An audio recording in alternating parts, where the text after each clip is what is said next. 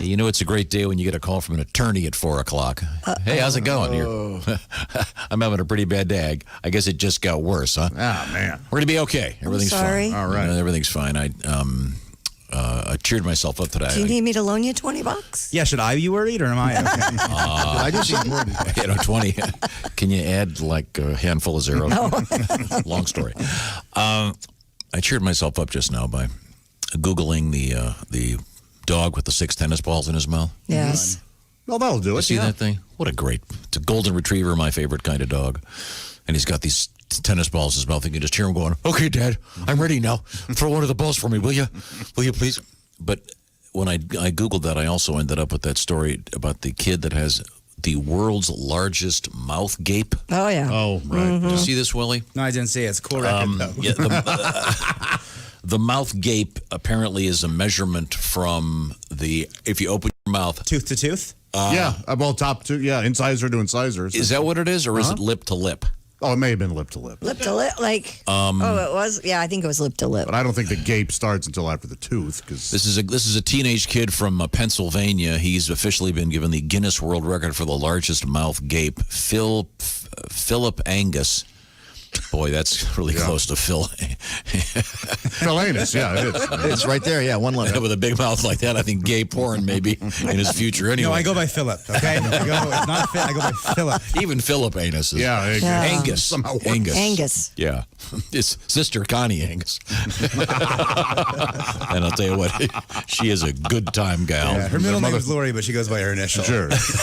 Yeah, of course, yeah. Connie L. Angus. We're off to a good start. Yeah, we are. Philip Angus of... See, you couldn't write this. If you saw this in National Lampoon in 73, you'd go, okay, this is fake.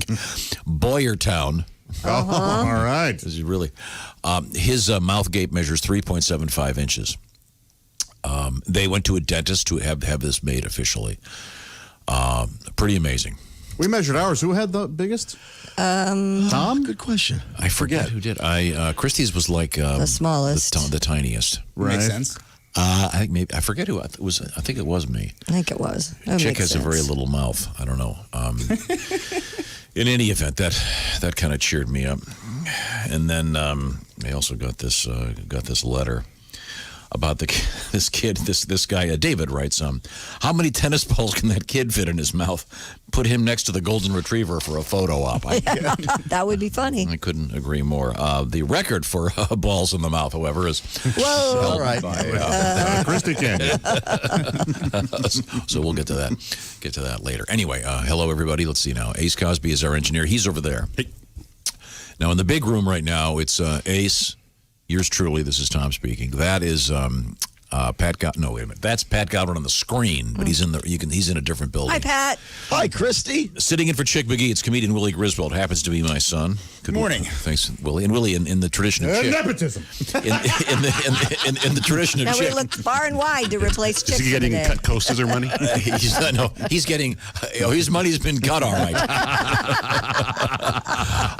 Willie, in the tradition of Chick McGee, arrived 2 minutes before the show started. Yes, he did. So, show prep overrated. You'll notice I'm not laughing at that. First, I woke up at 5:20. I also asked, should I wake up early? Should I do show prep? And you go, I don't want you to be nervous. Think of this as a hangout. And then I show up and you make fun of me for being late. Well, see, you're supposed to record sports for the 24/7 feed, so. Yeah. Well, Mark did that for you. You didn't tell him. Thank you, Mark. No, I think told him to be here 37 minutes ago. It doesn't matter. It's Let's just go. Everyone get mad at me real quick. Everyone yell at me, call me short, call me fat, whatever you want. You're not short. You're 6'1". We got time. You'd be short if you were in the NBA, but okay. So anyway, I had to play the Paul Thorne song for myself today. I love Paul Thorne. He's so great. By the way, Paul Thorne, not only is he a great songwriter and guitar player, he has a terrific band, and if you ever get a chance to see him, please do. Please do. Great band, and also he is a former boxer. And he's a great painter. Yeah, yes, but he actually boxed Senor No Mas. Wow. Oh, yeah. Do you know what I'm talking about? Is that Roberto Duran? Yeah, yeah. No? Am I right? Yeah. And apparently, his description of being hit by Mr. Duran, I think it involved an anvil dropped from. Yeah. He didn't win the fight. Yeah, rather. One punch. Oh, he stood up to him though. That's oh yeah, he's more a than badass. I could do. Yeah. He's a badass. How can you get hit that hard and then still be a painter and be a good creator? I know. Well, maybe it helps. I think a little little motion of the brain pan probably has helped a lot of artists. Huh. Then I think, And then it doesn't. yes, for many, not so much. Yeah. Yeah, yeah. Now we did find out yesterday that the UFC is going to move ahead with the island bouts. Right. I mean, those guys talk about getting creamed. Jeez, and the ladies. Oh man, I don't know. For those that are on top, it's great, big money, but those that are not, I imagine a lot of them are right now looking for a cup, not for coffee, but for today's drool. Yeah, that is terrifying. You're like, I go to work, I put on my tie, I get kicked in the face. Now, let's see. So we got to finish that. So we got Pat in here. The only one you haven't mentioned is me.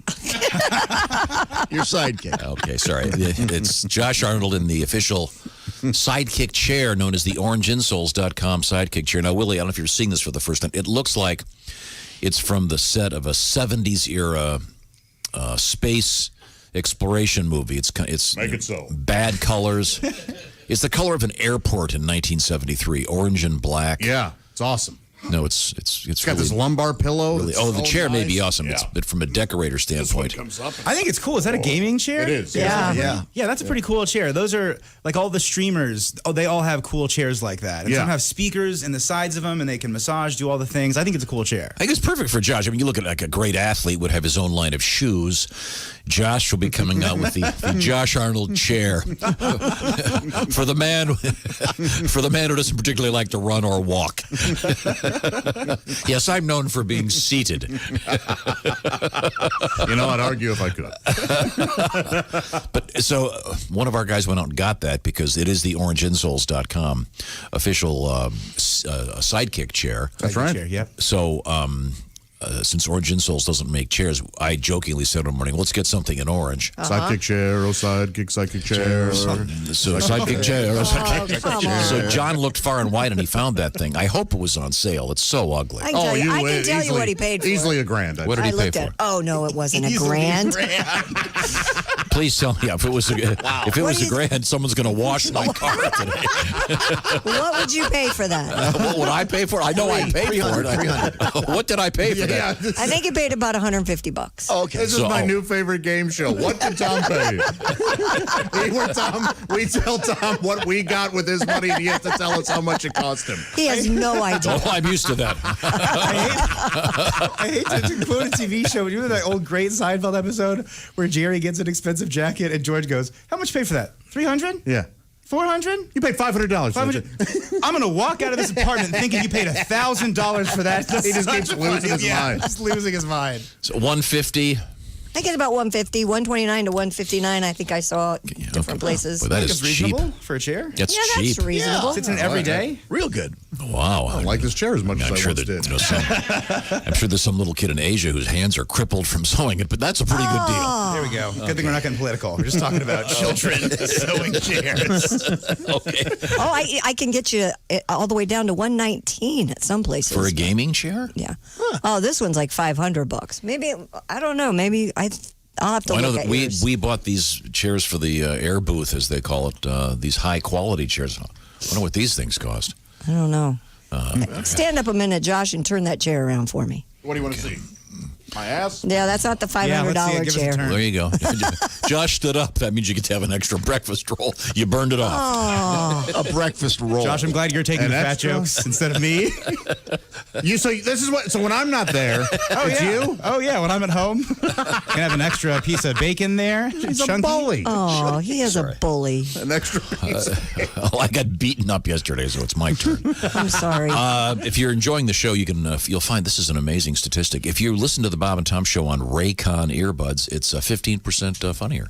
I don't know if you were aware of that. Wow. Now, Willie, you're a fan of the earbuds. Oh, yeah. The Raycon E25s, recommended by one Chick McGee, the best yet from Raycon. You'll save about half the money, and you'll get twice the quality. Seamless Bluetooth pairing, They're famous for their bass and 6 hours of playtime. So check out the Raycons, and we've got a special offer for Bob and Tom Show fans. You go to buyraycon.com/Tom, and you get 15% off. And Snoop Dogg is a big fan. And if anybody knows bass, it's Snoop Dogg. But this is a great way to make phone calls. It's also a great way to maybe get rid of some of the extraneous noise in your life, like that person talking. You know who I'm talking about. I think everybody has that person. Yeah, you know that person is talking now. Right. Yeah. You know, that's the one where your eyes glaze over. Yeah. God, I feel For so a lot great. of people, you're that person. I just, the cool thing is I just made so much money that I've deducted from Josh's paycheck. Yeah, the $150 for the chair. Peanuts. Raycon earbuds, they're the best. And once again, 15% off your order. You go to buyraycon.com/Tom. Do yourself a favor. Do us a favor, too. Tell them the Bob and Tom Show sent you. Buyraycon.com/Tom for the best earbuds out there. And you need earbuds these days. And they mail them to you, so you don't have to go to the stereo store and have the guy with a bad breath go, "Hi, do you want a washing machine, too?" He's at the stereo store now. Yeah. We're coming right back. Oh, we got a surprise for you. We've got an update on the Dalai Lama's new album. Oh, great. Terrific. It's like a new Led Zeppelin. This is the Bob and Tom Show.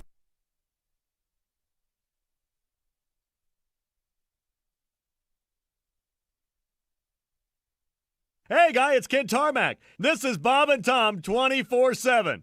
Kid Tarmac. Hey, Mark Allison here with you. It's Thursday, June 11th, 2020. Thanks so much for joining us here on the Bob and Tom Show. West Coast Mountain correspondent Al Jackson's going to be zooming in with us later this morning. And I think it was 2 weeks ago Al was wearing a fedora and some John Lennon sunglasses, so we'll see what Al comes up with on his Zoom call today. Later this morning right here on Bob and Tom 24/7. Thanks for joining us. Hi, everybody. Christy Lee from the Navy Federal Credit Union Entertainment News Desk. Well, if they get the okay from California officials, Disney will be back in business next month. The theme park has submitted plans to reopen Disneyland and Disney California Adventure on July 17th. A nearby Disney-themed shopping area would reopen July 9th. As is true for other reopening theme parks, Disney says reservations will be required. Capacity will be limited. The Coachella and Stagecoach musical festivals have been canceled due to the coronavirus. Dr. Cameron Kaiser, Riverside County's public health officer, signed an order yesterday canceling the popular festivals outside Palm Springs for this year. Health officials are concerned about a possible surge in coronavirus cases in the fall. Coachella, a massive music and arts festival, and Stagecoach, a country music event, are typically held in April but were previously postponed until October. And the A&E network has canceled the police reality series Live PD. The cable network announced the move Wednesday, a day after Paramount dropped the similar show Cops. A&E said in a statement that it's a critical time in the nation's history and it's ceasing production on Live PD as it seeks better ways to tell stories of police interaction with communities. And that's your entertainment news. I'm Christy Lee. More of the Bob and Tom Show coming up. Ladies and gentlemen, Bob and Tom. Sad news, I lost Dwayne Johnson's cutting tool for his origami. Oh, no. Yeah, I lost the rocks, paper, scissors. Rocks, paper, scissors. You know what? That's a solid joke. I agree. He's on base with that one. Yeah, that's when you can tell at the water cooler. It is. Very good. That is- Nothing from Oskay, though. He's still Not even a chuckle. Yeah. No. Waiting for the 5-year-old's joke. Bob and Tom in the morning and highlights all day long. The Bob and Tom Show, weekday mornings at 6 a.m. Eastern on Bob and Tom 24/7. Bob and Tom 24/7. Hey, it's your drinking buddy, Jimmy Mad Dog Matus. You guys ever drink too much and find yourself in places you just should not be? I've been drinking all night long. I don't know where I've been. I stumble into a quiet place, a place called the Ramrod Inn. Judy Garland's on the jukebox. Some guy says, "I dig your hair." I sober up and turn around and say, "Hold it there, Pierre." As I turn to walk away, I said, "I sure as hell ain't gay." What the hell?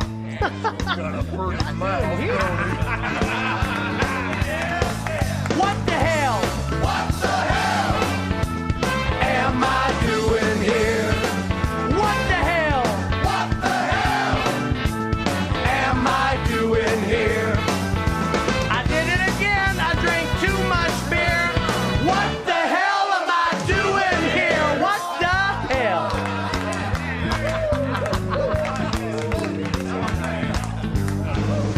I wake up in this hotel lounge. I had too many beers. And everyone who's at the bar has great big pointy ears. The guy next to me looks like Captain Kirk, and he's standing at attention. Somehow I've just been beamed aboard a damn Star Trek convention. Excuse me, Mr. Spock.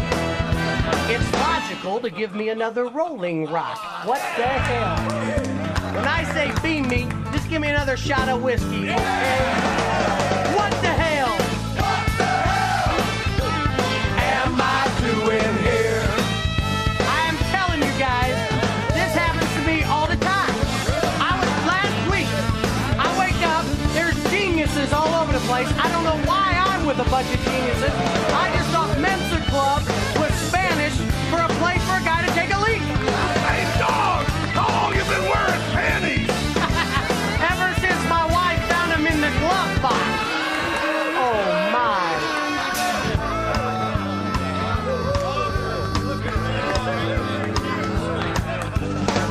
Later on, I meet two fine ladies, and we go back to their place.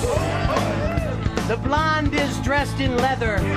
The brunette is wearing lace. I hand them a couple of C-notes. They say, no, dog, we'll pay you the money. We're just about to... 621 Q95, it's the Bob and Tom Show. Thank you, Ace Cosby. Christy Lee has the weather forecast. Q95, Fox 59 weather brought to you by CarX. Sunshine and 80 today. Clear tonight down to 58. Sunny and 85 tomorrow. Right now, 61. Thanks, Christy. Coming up tomorrow, heat relief. Q95 will be getting together with you. We'll be at the Walmart County Line in Emerson on the south side, getting bottled water. Very necessary for this summer for a lot of folks on the street. So we hope you can help us out, all right? This is the Bob and Tom Show. Welcome back. Thanks very much for joining us. Try to get the show back on the rails if I can. Got that new feature. Yeah. What did Tom pay? Thank you very much. We'll discuss that in just a second. But first, who's who here? Well, let's see. On the screen over there, it's Pat Godwin, the man, the guitar. We got some music coming out of Pat shortly. All right. Let's see. That's Ace Cosby, our engineer, of course. Ace is sitting in the Ace Cosby joke of the day chair, brought to you by Omaha Steaks. The only gift that your father wants for Father's Day. Oh, yeah. Trust me. You don't see me talking about ties all morning long. Well, I tell you what, I sure could use another tie. You kind of do, because every time you mention Omaha Steaks, you mention a tie. Yeah, every time. In a negative way. Yeah. Right. But Yes. I also mentioned that stone that says the world's greatest dad. Right. You know? Yeah, he doesn't want a stone. He wants a coffee mug that says world's greatest. Yes. Everybody does that. Those are cute. Yeah. You ever see those people that have the coffee mugs that are bigger than footballs? Could we prevent them from voting? I don't know what's going They on. need their coffee. Sitting in over there at the crazycockwine.com sports desk, it's Willie Griswold, comedian, happens to be my son, in from Chicago. Good morning. Thanks for sitting in for the Chickster. Hi, Willie. You bet. Morning, John. Now, we decided that the orangeinsoles.com sidekick chair occupied by Josh Arnold was purchased by a member of the staff. I had nothing to do with it. We're trying to nail down the price. Yeah, now that I said that, it looks like there are all kinds of different ones, but Yeah, I feel a little shortchanged. I think I got the cheap one. No, it's a very unattractive looking gaming chair, but I guess it's got, speakers, and does it have like a massage thing or something? Nope. no, I'm really surprised that there are so many orange and black chairs available. Well, that had to be on sale. That's so ugly. Tom, there are. I'm not kidding. There are a lot of orange and black chairs available. Oh, is that a gaming thing? I don't know. I don't know. Not specifically. What team is orange and black? What, the Princeton Tigers? Bengals. Bengals. Yeah. Well, maybe that's very popular in Cincinnati then. Could be. If you're in Cincinnati, that's the chair. Oh, it's still hideous, but I mean, it's apparently very comfortable. Yes, very. Yeah. Okay. Well, good. Love it. Not as comfortable as the more expensive one. It's a shame that comfort doesn't make you funnier. Oh, my gosh. You are mean. Did I tell you I had a bad day yesterday? Yeah, you did. Okay. All right. I may play that Paul Thorne song again next hour. 24 Thursday. I just keep notes of all these. Okay, good. Oh, there's Christy Lee. She looks so Hi. nice. Thank you. I showered for you and everything today. All right. Oh, she's behind the glass in a room all by herself, so I don't know what you're showering for. And you can sit there. Yeah. You can sit there akimbo. It's not going to bother anybody. Who knows? I haven't done that. Might help our YouTube views. The skirt cam. Yeah. Brought to you by was the a law. day. Brought to you by the law firm of. The governor has declared that lawyers are part of essential working. Okay, let's see. Did we cover everything? I think we did. All right. It's good to see everybody. Thank you very much for joining us. I mentioned this Dalai Lama thing. Now, Christy's actually met the Dalai Lama. I have. Which is pretty cool. Yeah, They it was kissed. very cool. They made out. We did not kiss or make Yeah, it out. was a date. You guys shared a moment. You had a No, tryst. we did not. He was sick that day. Remember, he had a cold. And I remember 2 days later you had a cold. No. Sniffles. It's kind of, when the Dalai Lama has a cold, it's sort of, I never heard about Jesus. I hear that Jesus couldn't make it to the sermon. He just feel a little off that day. Allergies. Yeah. You never hear about that. You don't hear about The Last Supper was actually that's Jesus' equivalent of the Jordan flu game. He went into He was quite ill. Yeah. He was amazing. Yeah, he turned water Fellas, into wine. this migraine is killing me. Let's hurry up. All right? I'll tell you what, I'd like to socially distance. Can everybody get 6 feet away? Well, no, just on one side of the table. Well, that's why they're on one side. Yeah, someone has to have drawn that already. What? The Last Supper Jesus was socially between all the apostles. Day 5 of quarantine. There was Yeah, it's lots the of them. Zoom meeting of the Last Supper. Oh, hilarious. Real quick. I didn't see every quarantine joke you can think of has been done on the internet 5 or 6 times. Well, good. I just thought of that one myself, but I think it's very funny. I'd like to see it. Christy, so you met the Dalai Lama. I did. And Willie, I don't know if you heard this, but Steven Seagal was his personal bodyguard. Steven Seagal. So he was standing right next to me in this pink tunic, and it was covering, he had guns all around his body. Guns. Steven Seagal. Well, sure. I mean, the Dalai Yeah, Lama. he's protecting the Dalai Lama. There's There are a always lot of some people quack out there that wants to kill somebody. So Well, sure. Yeah. The Dalai I get Lama that. needs to be protected. I get him needing to be protected. I think I have of that course. picture in my office. I'll try to dig it up. Of you with Steven Seagal? I don't think I'm in it. I took the picture of Steven Seagal standing next to him. Oh. It's just the multiple guns thing that I'm imagining him. Yeah. Just pure Steven Seagal. Just the one wouldn't be enough. Right. I don't know. He had the slick back hair like Pat was wearing earlier in the week. I That's do his remember thing. that. He's got it dyed. Elvis's jet black. A color that doesn't exist in nature. Black holes aren't that dark, that color. Didn't he become an actual officer of the law for a little bit? Yeah, I think he had a he reality did. show? Yeah. But the Dalai Lama, he had his birthday a couple days ago. No, his birthday's coming up July 6th. Come on, Tom. He'll be Oh, it's 85. July 6th. Oh, I thought it was already happened. No. The album will be released. It's called Inner World. It will be released on July 6th. We just have one of the singles off the album because it was released earlier in the week. Oh, I see. Yeah, it's called. It's So this called is- this is a like a track entitled "Compassion." This is like a traditional Album release where they release the single. Sure. Right. Are they doing any music videos or? Oh, can you imagine MTV back in the 80s, the early 80s? I think they got Spike Jones to do. David Fincher did the video after he finished with Pearl Jam. I'm excited to see him take the robes off. You know, the Dalai Lama. I'm excited to see him get a little skip. He's not going to do that. This is the single, I guess. It's called Compassion. And this is, if I understand correctly, this is the Dalai Lama doing a famous One of the most prayer. famous, Buddhist prayers. Over, and then he's got guest musicians. He's not Correct. playing the. Okay, here we go. Slash is on.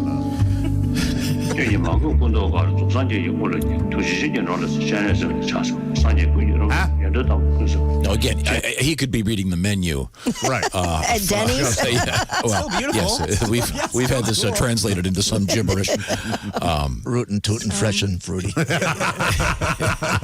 It does kind of remind me over of my hammy.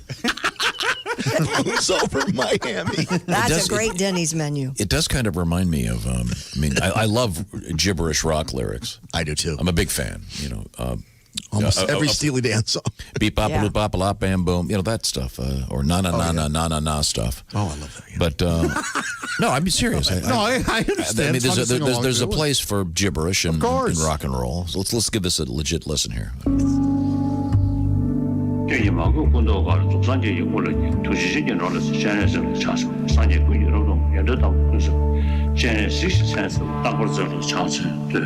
Anybody? Any See, ideas? I love that. I think it's so it's relaxing. kind of soothing, yeah. and The music's wonderful. relaxing. Will that guy shut up? But Dad, to be clear, it's not gibberish. It's another language. Yes. Yeah, I will. And the Tibetan Willie makes an language. excellent point. Well, if they speak that in heaven, I'm going to be really bored. He's not picking it for the sounds and syllables. No. Get to where he's doing his mantra. I like that part. Do we still have that cut? It's very soothing. Is it later on in this song? I don't know. Okay, Maybe. here it is. That's nice. Is it? Isn't it nice? Sade, isn't it? I'm afraid that someone driving is going to fall asleep. That's a big risk. I mean, this is. That happens to the show whether we're playing music or not. Doesn't matter. Thank you very much. I think that's certainly possible, especially during this segment. Traditionally, this is sports. He does some other stuff on the Lately, has album. been so boring that. What else does he do on the album, Pat? He does some cover songs, I think. Oh, he really? does? Yeah, I think he does Camptown Races, if you'd like to hear that. This is the Dalai Lama doing Camptown. I would love to hear that. I must go Tibetan now. Buddha, Buddha. We worship a holy cow on the Buddha day. I am really jolly unless you say, hello, Dolly. I hear the stupid joke on the Buddha day. On the Buddha day. They probably have to warn people. What? Don't say hello. Not to Dolly. drive Yeah, while they're playing no. this? Don't say hello, Dolly, to him. Oh, that. I've never seen anybody get madder except when a guy went up to Ned Beatty and went, drop them panties. He hates that. I would Sure hope. does, yeah. Don't tell Mr. Beatty squeal like a pig. I would hope you would have more respect for the Dalai Lama Everyone than does to do that. Although I would like to be a waiter and be waiting on Robert Duvall while he's having breakfast. I love the smell of sausage in the morning. Never heard that one. It's an apocalypse now joke, you see. Yeah, that poor guy. I could pull a Pat here and say I was at a restaurant and he was eating brunch. Robert Duvall was. Are you I serious? never met I'm Robert dead Duvall. serious. Oh, Yes. really? Yes. There you go. Yeah. You say, In hey, California. Bobby. What? No, I didn't say anything, but I thought. Did you know that he is an I immediately thought of what Tom just obscure Robert Duvall trivia? said. What? He is an expert tango dancer. Oh, that's right. He was in the. Really? Yes. Doesn't he do yes. it in one of the he movies? does it in one of the movies, yeah. Yes. But no, he became. Scent of a Woman He or something? became an That's expert. Al Pacino. Oh. Close. Both in The Godfather. Okay, let's move on. So this is the Dalai Scent of Lama. Napalm was the. Now, Willie, you're a musician. You know that. I know you've recorded. We actually have some of your recordings we can dig up later on today. I was 14, and my voice, I sound like a tiny little girl. I loved it. I heard it. I heard it yesterday. I mean, it's great. It's good enough. It's really good. But the point is, you'll back me up when I say that traditionally, when an artist records an album, Ace, I know you'll back me up on this. Oftentimes they'll be in the studio, record the album, and then they hit the road and start playing the songs, and that's when the songs really come to life. Sure. They've had a chance to, get them all greasy and get them live and funky, as they Get them greasy. Which leads us to the Dalai Lama has been touring with this album. And we have a Bob and Tom exclusive. Yes, underscore how fake this is by saying, really. we have this Bob and Tom exclusive. He called us first. Yeah. And in the middle of a pandemic. Okay. Yes. Yeah, it's all work. He's been touring. Well, his brother lives here or something. So this is the live version of that song. I think it's really impressive. Here we go. Ladies and gentlemen, it's star time at the Apollo Theater. Let's bring him on right now. Everybody, the hardest working man in show business. The Dalai Lama. Dalai Lama, the Dalai Lama. Oh, the lights go down. You get some lasers. Cue the fog machines. I feel like I'm in a nightmare, and this song is just chasing me everywhere I go. I know. Every corner I turn in the hotel, it's there. It's loud, too. The Dalai Lama live. On your feet or on your knees. It's the Dalai Lama. So, anyways, what's this? Why are they doing this, by the way? Why are they releasing the album? I don't know. Maybe because the Dalai Lama wanted to do an album. Everybody wants to direct or do an album. Everybody wants to be a rock star. Every actor wants to be a comedian. Christy's every actor. Well, I want to direct. Yeah. Okay, why don't you direct yourself home? And the Dalai Lama's brother is in heaven now, or wherever. Oh, really? He might be reincarnated. I don't know. I don't know. Uh-oh. They believe in that. So I killed a fly this morning. Sorry. Uh-oh. Hello, Dolly. But this reminds me of the famous Tibetan monks I don't know if you remember this, but Well, and the Tibetan monks were this is all around that same trip with the Dalai Lama. That was the exact same time. and this is legit. The Tibetan monks released an album, They came here to support a mandala that they were putting together. and I went to see that. They Yeah. did that thing where they spill the sand in very intricate patterns. Oh, yeah. And Nelson Mandela was there, too? No, not Nelson Nelson Mandela. was not there. Well, you said Mandela. We were lucky to get Winnie. It's a sand mandala. Oh, wait a minute. That's my new dog. Maybe it's a mandala. Is a mandala? It's a sand mandala. In any event, this is true. These monks released this album of chants, and I noticed that it sounded very similar to something that one might find not necessarily in Western religious music, but in Western rock and roll, particularly one of my favorite bands, the Sabs, of course. Of course. Black Sabbath. Certainly. We fans call them the Sabs. Do you? Yeah. How did you get pretentious about Black Sabbath? That's what I do, Willie. Yeah, I was going to say, Willie, where you been? And here's what happened when Bob and I got talking about this. And this is legit music from the monks. Oh, these are the monks. Tibetan monks. Yeah, this is the Tibetan sacred temple music. Excuse me. These are actually instruments they're playing. Yeah, these are like Yeah. big horn things. Yeah, I'm not one to take a cultural stance on Oh, no. innate superiority of Western over church music, but I don't know. You can't really sing along with this, can you? Not a big argument there. I think. Where's that one that we were? Now, that's an actual monk voice. Oh, is it? That's not an instrument. Judd is dead. Poor Judd Fry's dead. You were all going to burn Wait a in minute, hell. Bob. Well, I'm Bob, sorry. Get out Ozzy. Oh, Black Sabbath. Oh God! I think we can segue. I think we can segue this right into Black Sabbath. Hang on a It's so second. gonna rain right here in the studio. God, this is perfect. They need some drums. Wait.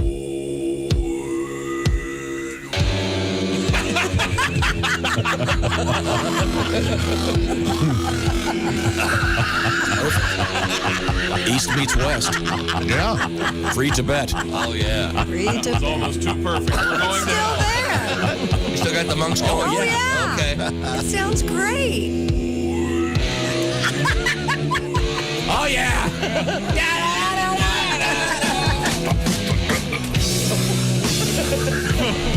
Arguably, that's gonna sell. Top 10 riffs in rock and roll. There's no argument. Wouldn't you agree, Willie? Oh, yeah, that intro. That is just awesome. So good. The Sabs. More Geezer. Geezer Butler, of course, the Right, but bass still guitar the player Sabs, for the Sabbath. No big deal.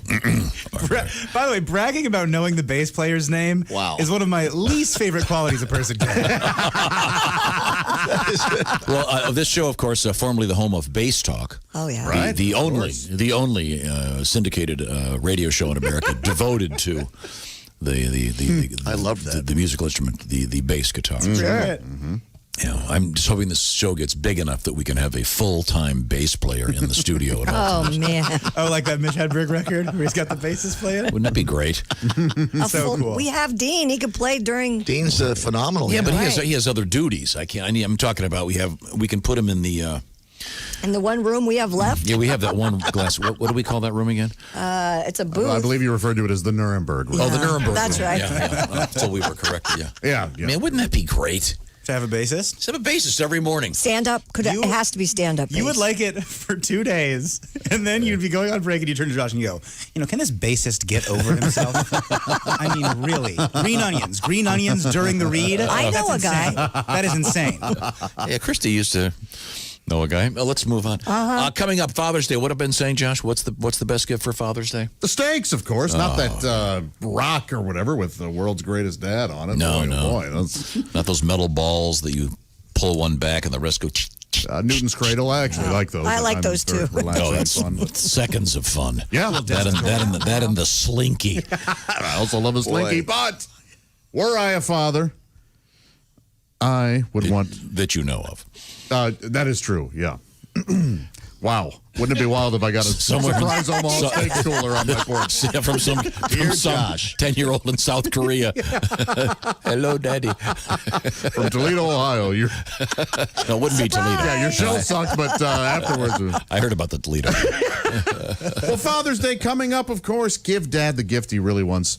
Perfectly aged tender steaks. Willie, I hope you're listening. Your father's sitting right there. Omaha Steaks will deliver the world's best steaks right to his door. Now, right now, Omaha Steaks is offering Bob and Tom Show listeners access to a variety of amazing packages, just perfect for old dad. Go to omahasteaks.com, enter the code BTS into the search bar. You'll see all the great options available. Many include free shipping, and I need you all to hear me on this. Okay. It's one of the greatest sentences you'll ever hear. Gotcha. A free 1-pound package of their perfectly cured, incredibly thick Applewood smoked steak cut bacon. My goodness.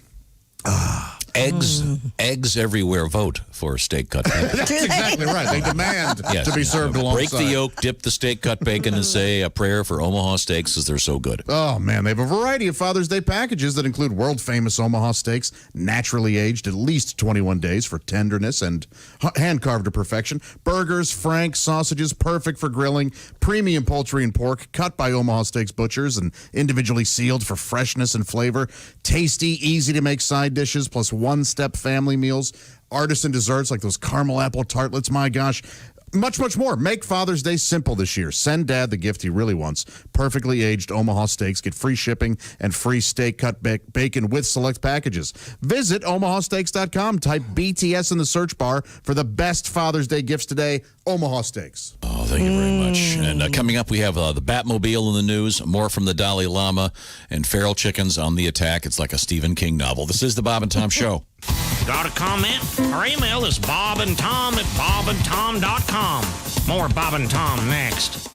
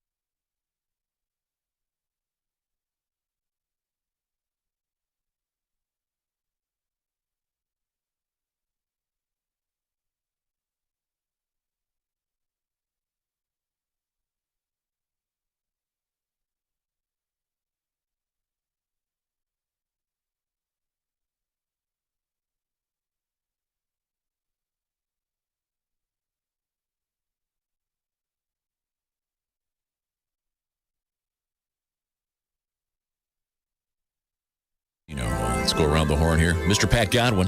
Hello. The man, the guitar, the pawn tickets. He's there in the next building. Got 3 of them.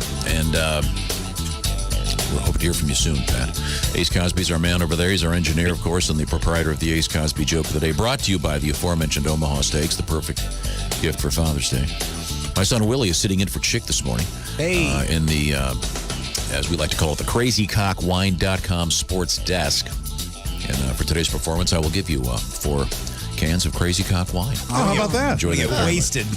Nice. We have wine in the news today in a very unusual way. Oh. Yeah. Kind of a surprise involving Communion wine. religious ceremonies and wine and who should drink what and how much they should drink. Josh Arnold is sitting in the orangeinsoles.com sidekick chair. Hi there. Christy Lee, of course, next door. Of course. Behind the glass. She is in the Navy Federal Credit Union news room. Now, I want to mention that I got a letter here. Oh. With reference to Josh's chair. Now, if you can't see it, it's a very ugly orange and black gaming chair. As someone pointed out, Harley colors. There you go. Yeah. Yeah, but it's... I don't think it's that ugly. I don't. Maybe It's really I'm, not that ugly. It's not that ugly, but to him at it's all. ugly. Got this letter. Okay. Dear Bob and Tom, I'm a Cincinnati Bengals fan. Yes. I think the orange and black colors of Josh's chair are great. Thank you. I can envision myself watching a game in it, supremely comfortable, and weeping uncontrollably. Hooday. Although, if they get the season up and running, should be a pretty good one for the Bengals. Very exciting. Now, we will step into the world of sports in just a second. I guess we could come back to our Dalai Lama hunk. Okay. I think we have the new Dalai Lama album. We only have the one cut, though. So we'll get back to that coming Well, up that's a little because bit it's later. the only one released. We can't get Oh, anything they more have until not, July 6th. No B-side. Yeah. Can you imagine if this became a hit? Casey, Yeah. the late great Casey Kasem. Well, I'm certain on July 6th you will play the rest of the record. I'm pretty certain that you're going to want to. It's bubbling under. It's his first hit. He comes from Tibet. Wouldn't it be funny if he married Dolly Parton? It'd be Dolly, Parton. I don't know what it would be. Double dollies. Now, Double D's. now, Pat, you're telling me you've been working on a new song Dolly. because there's certain songs that are sort of untouchable, I guess. Oh, sure. Yeah. There's certain songs that are kind of... Tears in Heaven, for example. Yeah, you wouldn't want to do a parody. of No. Leave it Tears alone. in Heaven. It's a sacred song. Oh, so my song "Beers with Kevin," I should. Yeah, I don't think Weird Al would approach Mr. Clapton and go, "Hey, we're going to do a funny version of Tears in Heaven," huh? Wouldn't it? But Beers with Kevin. but Pat, you have taken a song that is in some ways a sacred song for a certain era. Oh, the Barry McGuire classic. Yeah, the Barry McGuire classic song. Ultimate protest song. Yeah. Eve of Destruction. Such a good tune. Yeah, it was a huge hit. And then there was remember the response, The Dawn of Correction? Boy, that was crammed in there. I don't remember that. I don't remember that either. Genuinely awful. What year was that? It was the response to Eve of Destruction. By Barry McGuire himself? No. Oh, okay. No. But some square. Yeah. I could just do the church lady would be in her. Now here we have. Yes, yeah. This is what it is. But you have taken that song sacred to many and sadly ruined it. Could you play it for us? This is what you protest about every morning, so that's why I wrote it. They're setting up cones. Lanes there are blocking tomorrow your speed. There'll be a clocking. You carpool to work and it's your week for driving. They stop traffic. Who knows when you're arriving? When rush hour's over, you'll feel like imbibing when they tell you to slow down and move over and pull over again, my friend. Oh, you've gotta believe we're on the eve of construction. We're not moving and I'm prairie dogging. The seats will be soiled soon if streets aren't unclogging. Those stop sign holders, they all be scowling. Even OJ's stuck in a car with Al Cowlings. If I don't pull over soon, the air I'm fouling. When they tell you to slow down and move over and pull over again, my friend, you gotta believe we're on the eve of construction. Yeah. That's beautiful, Pat. That was Lovely. very, I love the Thank you. cramming in the Al Cowlings thing. That really sold it for that me. was just for you.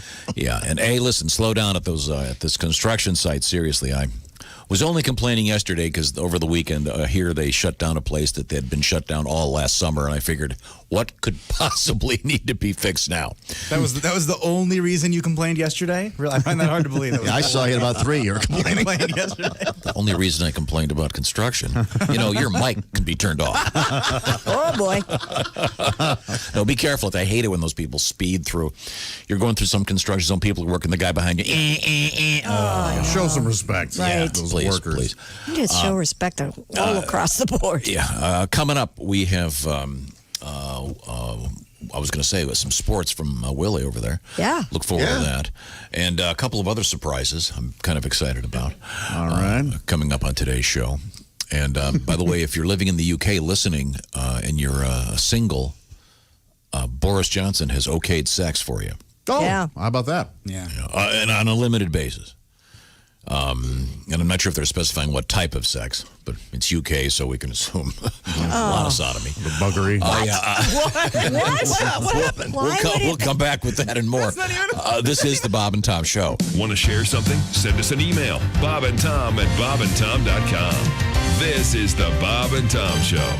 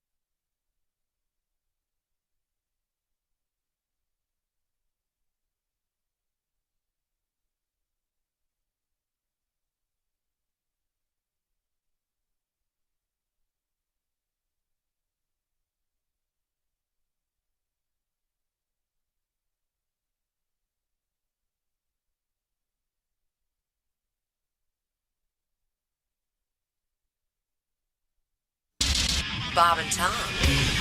24/7. Oh, yeah. Hey, Bob and Tom fans out there. First of all, good morning. You're listening to Bob and Tom 24/7. I'm Mark Allison. Thank you. You did it. It was all on you. We now have over 100,000 subscribers on Bob and Tom's YouTube channel. You can still go there and click the red button, subscribe now if you haven't. It's fun. It's free. Won't cost you anything. You can sit back and watch tonight. Bob and Tom tonight, 20 minutes of video highlights from today's Bob and Tom show tonight on Bob and Tom's YouTube channel. Again, that's at 8 p.m. Eastern, 5 p.m. Pacific on Bob and Tom's YouTube channel. Again, we're over 100,000 subscribers. Thank you, Bob and Tom Nation. We couldn't do it without you. Hi, everybody. Christy Lee from the Navy Federal Credit Union News Desk. Relatives say the children they have been fighting to find for months are dead after bodies of 2 children were uncovered in rural Idaho. The boy and his big sister have been missing since September. Their bodies were discovered on the property of Jad Daybell, who married the children's mother, Lori Vallow Daybell. Both are in custody. Buffalo will replace its police emergency response team with a new police protection unit. The move follows the suspension and arrest of 2 ERT members seen on video shoving a 75-year-old protester who fell and cracked his head. Buffalo's police department has faced increased scrutiny since a widely viewed video showed officers in riot gear shoving the white-haired protester during a demonstration over the death of George Floyd. And severe thunderstorms accompanied by winds approaching 70 miles an hour have battered lower Michigan as the remnants of Tropical Storm Cristobal move out of the Midwest and into Canada. Cristobal ended a trek from the Gulf of Mexico up the mid-United States that caused flooding across the region, downed trees and power lines, and damaged homes and businesses in Indiana, Wisconsin, Missouri, and Iowa. And that's your news. I'm Christy Lee. More of the Bob and Tom show's on the way. Bob and Tom 24/7. It's not on air. It's online. Bob and Tom, 24/7.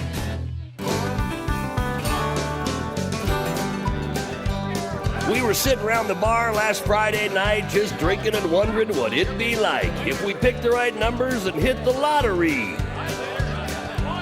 It was me, Bill, Sid, Harold, and Stan. Each of us had a different plan, and we all agreed how great getting rich would be.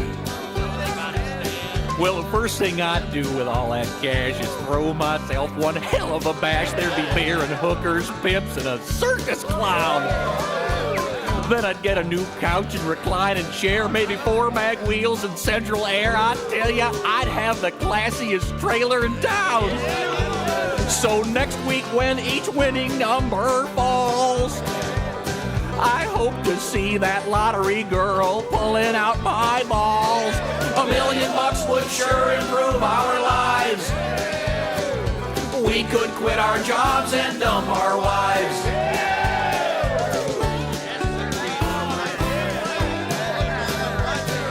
Man, if I ever won that pile, I'd go to work with a great big smile. And the people that tick me off would better beware. I'd even go in late the very first day and find my boss, and here's what I'd say: Mr. Jenkins, kiss the ass of a millionaire. Then I'd find that secretary I think so cute, the one who threatened me with that harassment suit, when I told her I liked it when she wore her skirts real short. Then I'd grab her boobs, one in each hand, then kiss her, hand her $100 grand and say, here you go, darling, we just settled out of court. So next week when each winning number falls, I hope to see that lottery chick pulling out my balls.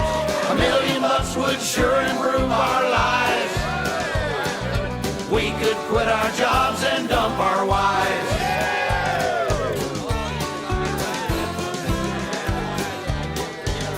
Well, you wouldn't believe all the stuff that I'd get, like a mansion on the beach and a new Learjet. I'd buy a casino in Vegas and send my boy to Yale. But the casino would be a financial mess, and I'd get indicted by the IRS. Well, I'm not buying a ticket this week. I don't want to go to jail. Well, if I won that money, I wouldn't be greedy. I'd use some of that cash to help the needy. I'd build a school for poor kids and get them all computers. The church needs money for their charities. Doctors need money to cure disease. But that last 10 grand's for my wife. She needs big new Hooters. So next week when each winning number falls, I hope to see that lottery girl pulling out my balls. $1 million would sure improve our lives. We could quit our jobs and dump our wives.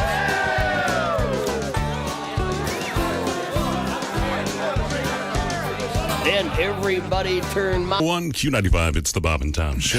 Thank you, Ace Cosby. Christy Lee has an update in the weather forecast. Q95, Fox 59 weather brought to you by CarX. Plenty of sunshine today. Look for a high of 80.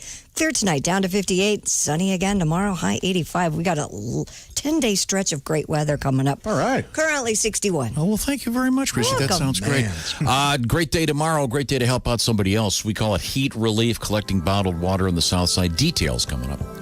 This is the Bob and Tom Show. We are here. It is the 11th of June, 2020. The semi-quarantine. Yes. Semi continues. Pretty confusing out there. If nothing else, this has been the most confusing era in my life. You read this, then you read that, and this doctor says, right. Yikes. Yeah. God, am I confused. But I do know one thing. The Ace Cosby joke of the day is coming up in a matter of seconds. Yes. And that makes me happy. Ace Cosby, of course, the legendary voice. He's also our engineer here because I don't know how to run the controls. That's for sure. Thank God. You think I'm kidding? Remember they were going to teach me for about 5 minutes? And I think I flipped on the wrong light switch. Or they were, you know what? Let's get Ace in here. Yeah, Ace is a professional. Turn the fan on. Yeah, there you go. That's the voice of Josh Arnold over there. He's in the orangeinsoles.com sidekick chair. Ace, of course, Manning, and I do mean Manning, Christy. Yeah, I the know. OmahaSteaks.com Ace Cosby He's a joke of man. the day chair. Let's just get right to this, Ace. Oh, my gosh. Oh, good. We have to explain to my son Willie, who's here today, sitting in for Chick McGee, Hey. that this is these aren't really jokes, Willie.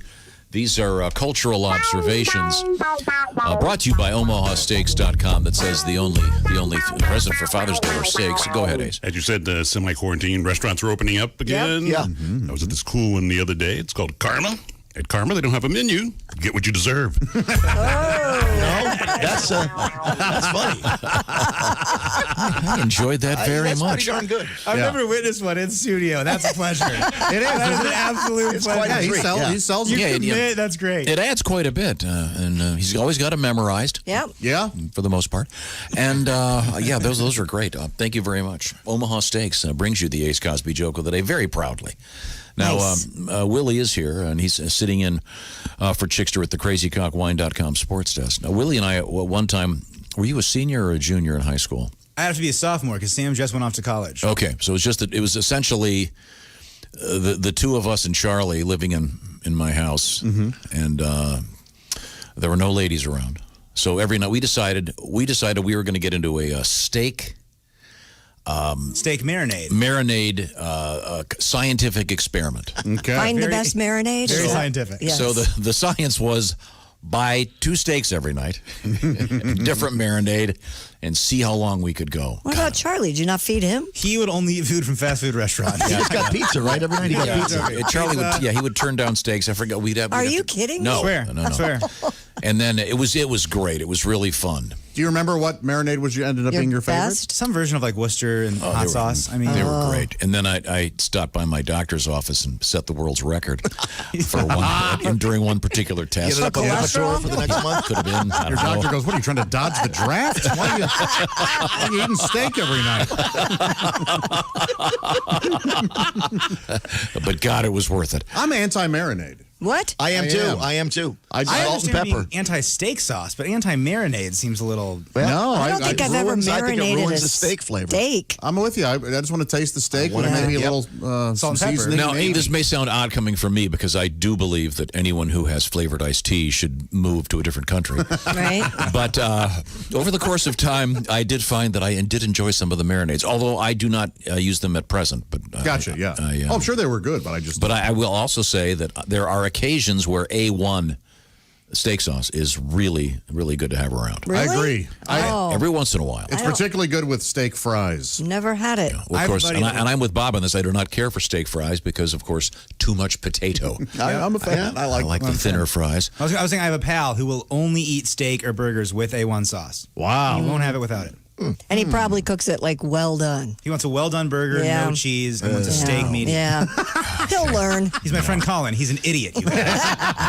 Now, Christy, we were discussing something yesterday that I thought was rather unusual. What's that? A woman has invented, or I guess developed or whatever, a cell phone with a dial on it. Yeah, rotary dial. Rotary dial. And this is real. And they're going to be coming out, I guess, next year. Somewhat of a protest move, isn't it? She's kind Yes, of... but my point was, well, then, in the age that we live in, no one knows anybody's phone numbers anymore. Right. Yeah. I don't know, Willie. I don't know your phone number. I know your phone number, but your phone number and Sam's phone number are similar. So I know both phone numbers, but I don't know which is which. Ah. So if I have to call one of you two guys, it's just a kind of Well, a guess. you probably need to have my phone number in case you end up, where again. Oh, bring that up. Pat, you know what I'm talking about. Yeah, it's called jail. To be fair, it was theme park jail. Come on over here. That was yesterday's show. Scooby-Doo was the security guard. Wouldn't it be great if those theme park jails did that? Yeah. But anyway, Christy, you were saying that you had how many phone numbers? I know my sister's cell phone number. I know one of my daughter's phone numbers because it's really easy to remember. The good one or the bad one? I'm not going to say. They're both great. I love them. I know my boyfriend's phone number, and that's about it. Your current boyfriend. Oh my God! Because I got Isn't he back with his wife? Because I got this letter. Yes. I'm not kidding. This comes to us from Todd. That's mean. Where's my Blame current? Todd. He has the. By the way, he has the famous. He has the. I won't say his last name on the air, but it's of a famous socialist writer. So it's not Marx, so you can go from there. Although they were buddies. Stop. It's the subject heading. The subject heading: Christy's boyfriend's phone number.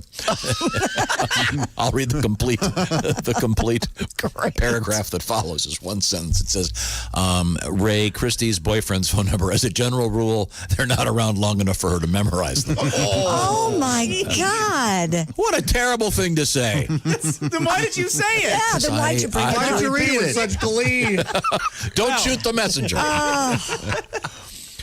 Do you know anybody's phone numbers, Josh? I don't know anybody's phone number. I know my old house number. Yeah, I know the number See, I I don't grew up even know with. Yeah, that. exactly. That's it. Skyline 1. I know it was 298 something. I know your number, I know my brother's number, I know my mom's number, and I know my girlfriend from 2007. From before. Wow. But it's also like Christy, she had a cool number. Like Yeah, it's real easy to remember. if I told you, you'd get it right away, yeah.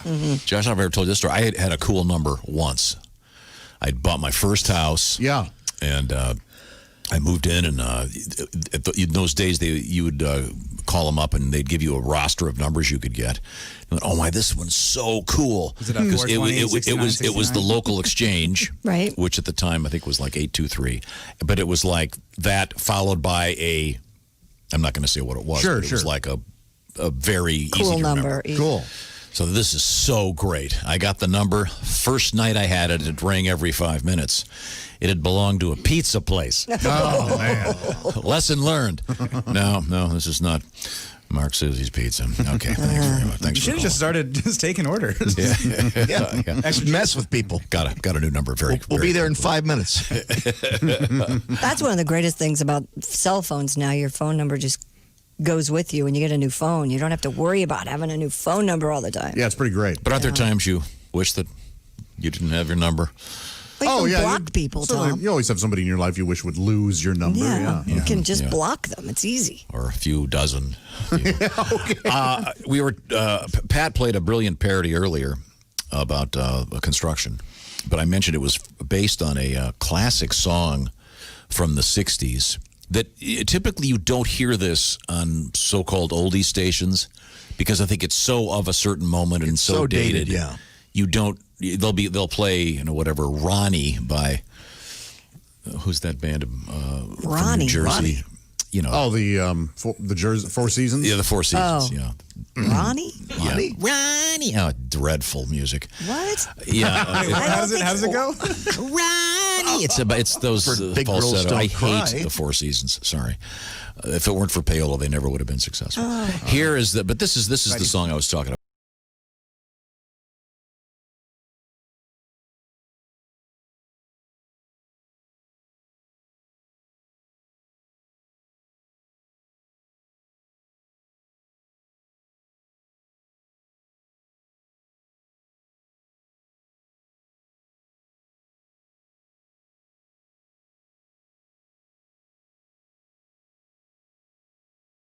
It was the number one song. Just so raw. Played constantly. I always wanted Social Distortion to do a cover of that. This lead singer sounds similar. Yeah. That would be cool. That sounds like the only sober guy at the party picks up a guitar and he's like, I'm going to ruin this. That's what we're doing today. It's like, geez, just drink a beer. I want to have a beer with Kevin. Yeah, let's talk about the world situation right now. Well, of course, so that was, and in those days it was AM radio only for the most part. Do you know what year that was? Oh, what was it? 60, Vietnam. 64? 67. Oh, that's why I didn't know. No, later in the 60s, yeah. I was listening to the Monkeys at the But after that came out, I wasn't even born. After that came out, Baloney. Yeah, Pat's 28. Yeah. Thank you. You were pawning a tricycle somewhere. but after that came out, of course, they had to come out with the response to that. Okay. The more positive one. And this is really obscure. I've not heard this. I have not heard this I've since never heard this. back in the day. So let's give it a shot. This is called The Dawn of Correction. Oh,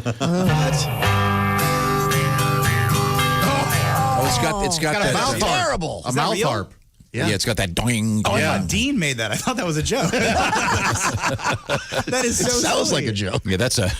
I bought a mouth harp at Colonial Williamsburg when I went on the 4th grade, and I never figured out how to play it. Just blow it. The dentists everywhere love those. Oh my! A Western world has a common dedication to keep free people from red domination. Maybe you can't vote, boy, but man your battle stations, or there'll be no need for voting in future generations. I have no idea what that means. Wow. Is this just like wannabe Bob Dylan? They were just trying to do a response Right. to. So we're saying, hey, things aren't. You're living a pretty good country. Let's quit your whining. Is what this song is Destruction. trying. Right. Yeah, and then, That's the worst guy at the party. Things are fine. Yeah, the protesting protest song. Shut up. Quit your whining. The anti-protest song. Someone get the mouth harp. I gotta go valet park. Yeah. It And the continues. times, they're not a changing. Here we go. So over and over again, you keep So saying it obviously references over and over again, but it's a different melody, and not a very good one. it's the end. But I say you're wrong. We're just on the dawn of correction. Isn't that terrible? Yeah. Yeah, again, you will never hear that even on the most desperate oldies station. Dawn of correction. Where you want to hear Weird Al doing a parody of Dawn of Correction. This is a tune about rehab. Well, let's talk about rehabbing your groin, shall we? Shall we? Go, yeah. Let's just say you're suffering from something called ED, erectile dysfunction. Hey, here's something you can do now. You don't have to go to your family doctor and get embarrassed. There's an outfit called Roman that distributes those pharmaceuticals you've been seeing advertised on television for years now. And you could tackle that ED, get part of your life back. Roman makes it convenient to get the treatment you need right from your house. Just grab your phone or your laptop, your computer, whatever. Complete a free online visit by going to GetRoman.com/wood. You will hear back from a U.S. licensed physician within 24 hours. And if the doctor decides that there is a treatment that's going to work for you and that is right for you, your medication will be shipped right to your door with free 2-day shipping. Josh, the shipping is how much? It's free. Thank you very much. How much is that online visit? Free. That's free also. This is pretty cool. How do you find out? You go to GetRoman.com/wood. By the way, those doctor visits, you can go back anytime, and if you need to have some adjustments in your treatment plan, it's GetRoman.com/wood. If you're struggling with ED, stay home and go to GetRoman.com/wood for the free online visit, free 2-day shipping. Like I say, get part of your life back. Tell them the Bob and Tom Show sent you. GetRoman.com/wood. Free online visit, free 2-day shipping. You got nothing to gain? Well, yes, you do. Yeah. Thank you very much. Sound effects by me. Coming right back, a little bit of Donnie Baker on the way. This is the Bob and Tom Show.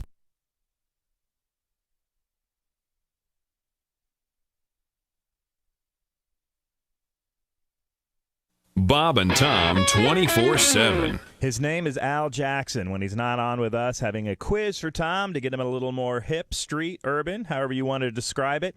Al Jackson's on the TV. That's right, Daily Blast Live, seen around the country, syndicated on the television in a market near you, perhaps on a television station in your very market where you're hearing my voice right now. So check out Al Jackson on the TV on Daily Blast Live, but listen for him later this morning right here via Zoom on Bob and Tom 24/7. It's Thursday. Hi, everybody. Christy Lee from the Navy Federal Credit Union Entertainment News Desk. Well, if they get the okay from California officials, Disney will be back in business next month. The theme park has submitted plans to reopen Disneyland and Disney California Adventure on July 17th. A nearby Disney-themed shopping area would reopen July 9th. As is true for other reopening theme parks, Disney says reservations will be required. Capacity will be limited. The Coachella and Stagecoach musical festivals have been canceled due to the coronavirus. Dr. Cameron Kaiser, Riverside County's public health officer, signed an order yesterday canceling the popular festivals outside Palm Springs for this year. Health officials are concerned about a possible surge in coronavirus cases in the fall. Coachella, a massive music and arts festival, and Stagecoach, a country music event, are typically held in April but were previously postponed until October. And the A&E network has canceled the police reality series Live PD. The cable network announced the move Wednesday, a day after Paramount dropped the similar show Cops. A&E said in a statement that it's a critical time in the nation's history and it's ceasing production on Live PD as it seeks better ways to tell stories of police interaction with communities. And that's your entertainment news. I'm Christy Lee. More of the Bob and Tom Show coming up. Bob and Tom, 24/7. Comedy via your computer. Bob and Tom 24/7. This is Bob and Tom, 24/7.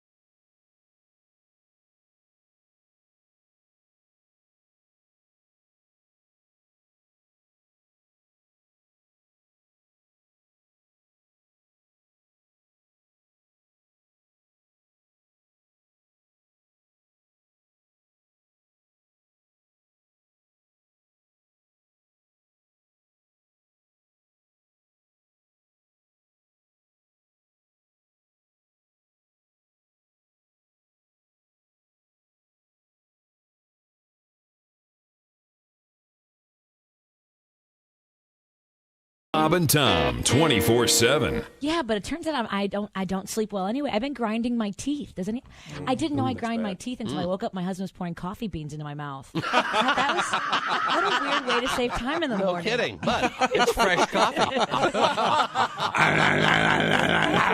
Thanks for joining us. With us in the studio, comedian Billy Gardell. Now, for many of the comedians who visit, all you have to do is tell them that there's porno there, and suddenly they What? I can't. I'm married. I can't even have it in the house. 721 Q95. It's the Bob and Tom Show. Thank you, Ace Cosby. Christy Lee has the weather forecast. Q95 Fox 59 weather brought to you by the CarX Man. Sunshine, look for a high of 80. Clear tonight down to 58. Sunny and 85 tomorrow. 63 now. Q95. You can, by the way, ask your smart speaker.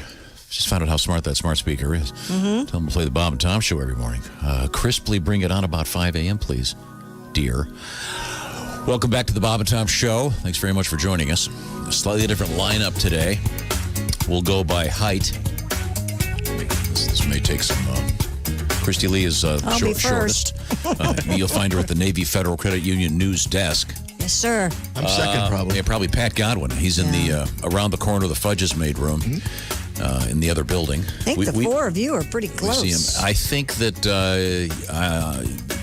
I may be the next. I'm just over 6 feet, so this is Tom speaking. Then we'd probably go to, how tall are you, Ace? 6'2" of twisted steel and sex appeal. Okay. A lot of confidence. We'll go with Willie Griswold at the crazycockwine.com sports desk.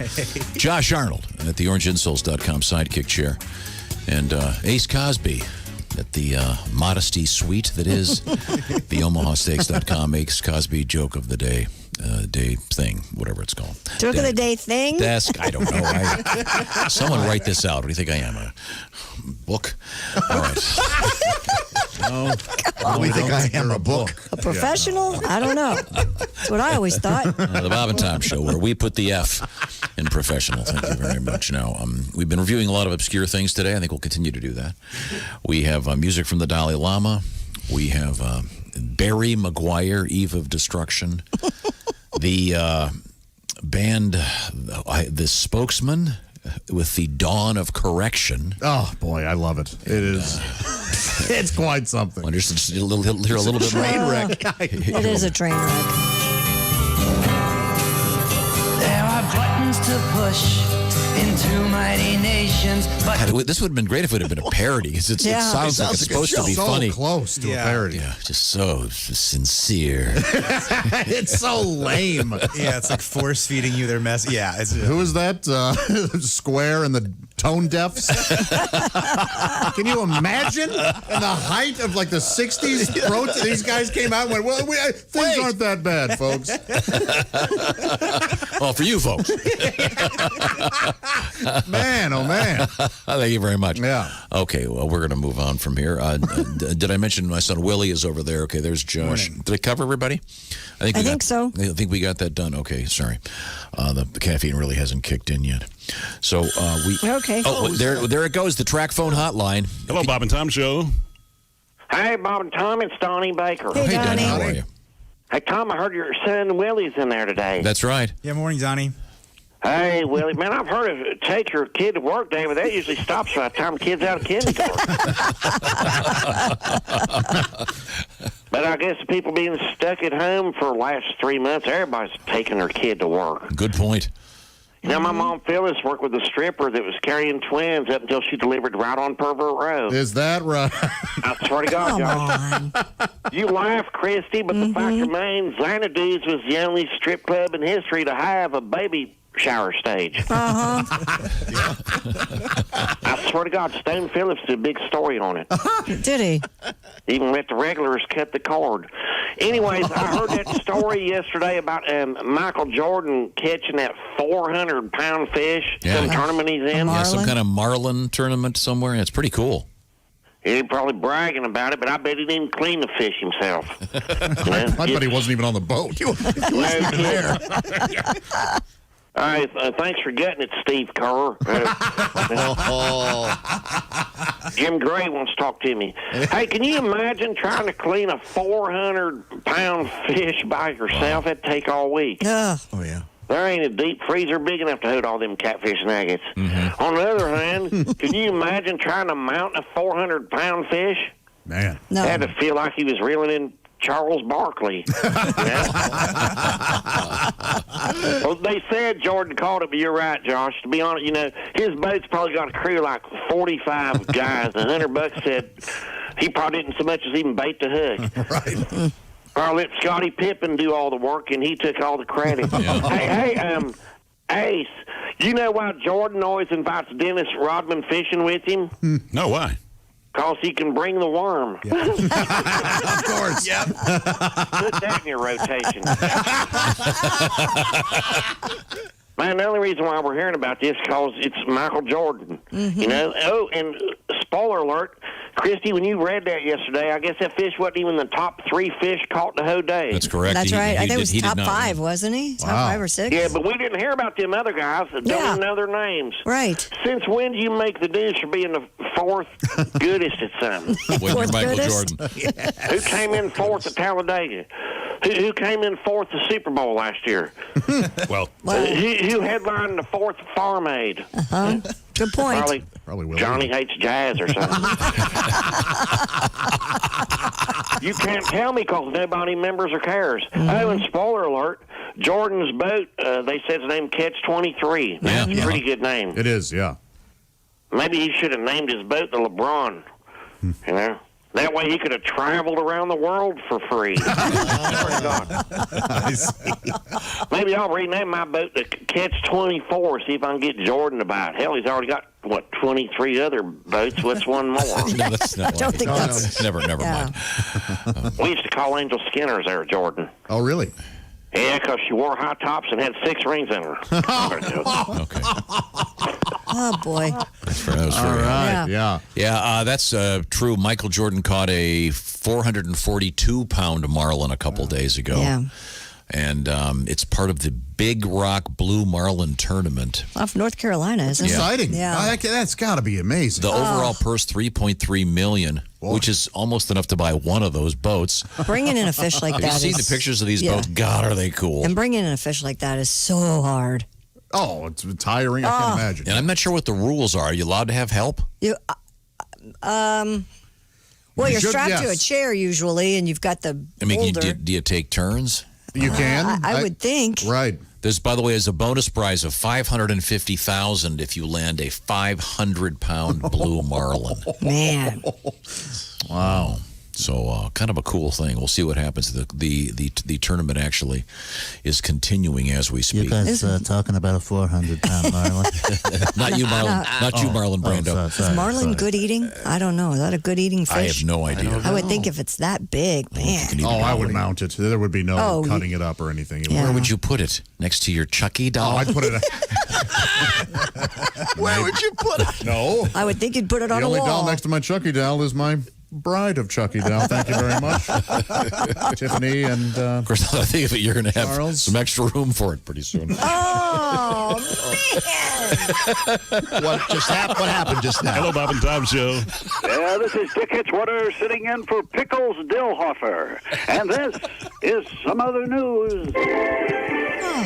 Hey, there's a new service that will erase images of your ex-girlfriend or boyfriend from your old photos. Now, I don't see what the big deal is. Anyone with basic Photoshop skills can do that on their own. Now, when they come up with a service that tells me which chicks on Tinder have gonorrhea, give me a call. That's the service I can use.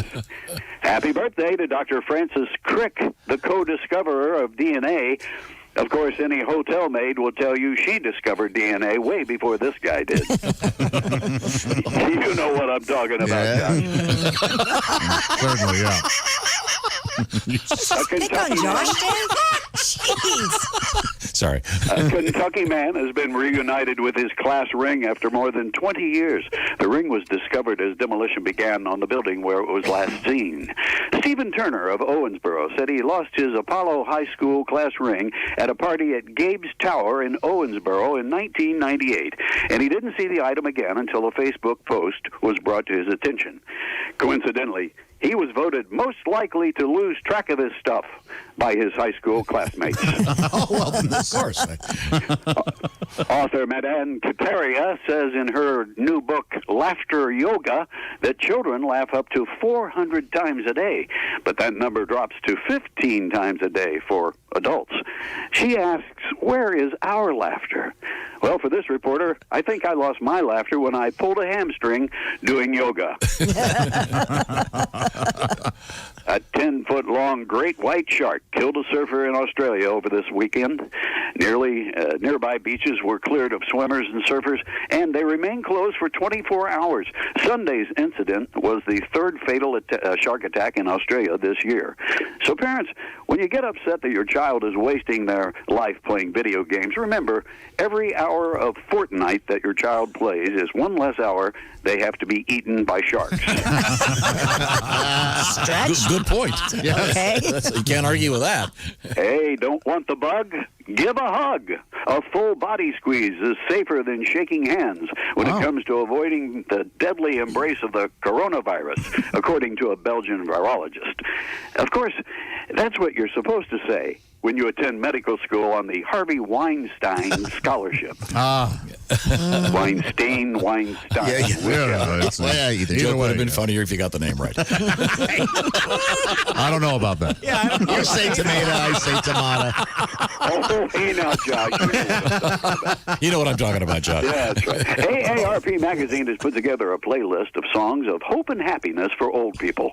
Not sure if you're still able to find these on cassette, but you can pop them into your Walkman and bust a move. Just be careful not to bust a hip. Who's writing for you? Right there, the teleprompter. AARP. Among the songs on the AARP list are U2's Beautiful Day, Journey's Don't Stop Believin', and Don't Worry Baby by the Beach Boys. The most depressing song ever for senior citizens has to be Grandma Got Run Over by a Reindeer. The old bat was probably listening to her Walkman and not paying attention. Sorry, Granny. Look both ways next time. Huh? It's a Christmas song. Why would this be on summer? I swear to God, this teleprompter is broken. This is Dick Hitzwater, sitting in for Pickles Dillhofer, and this has been Some Other News.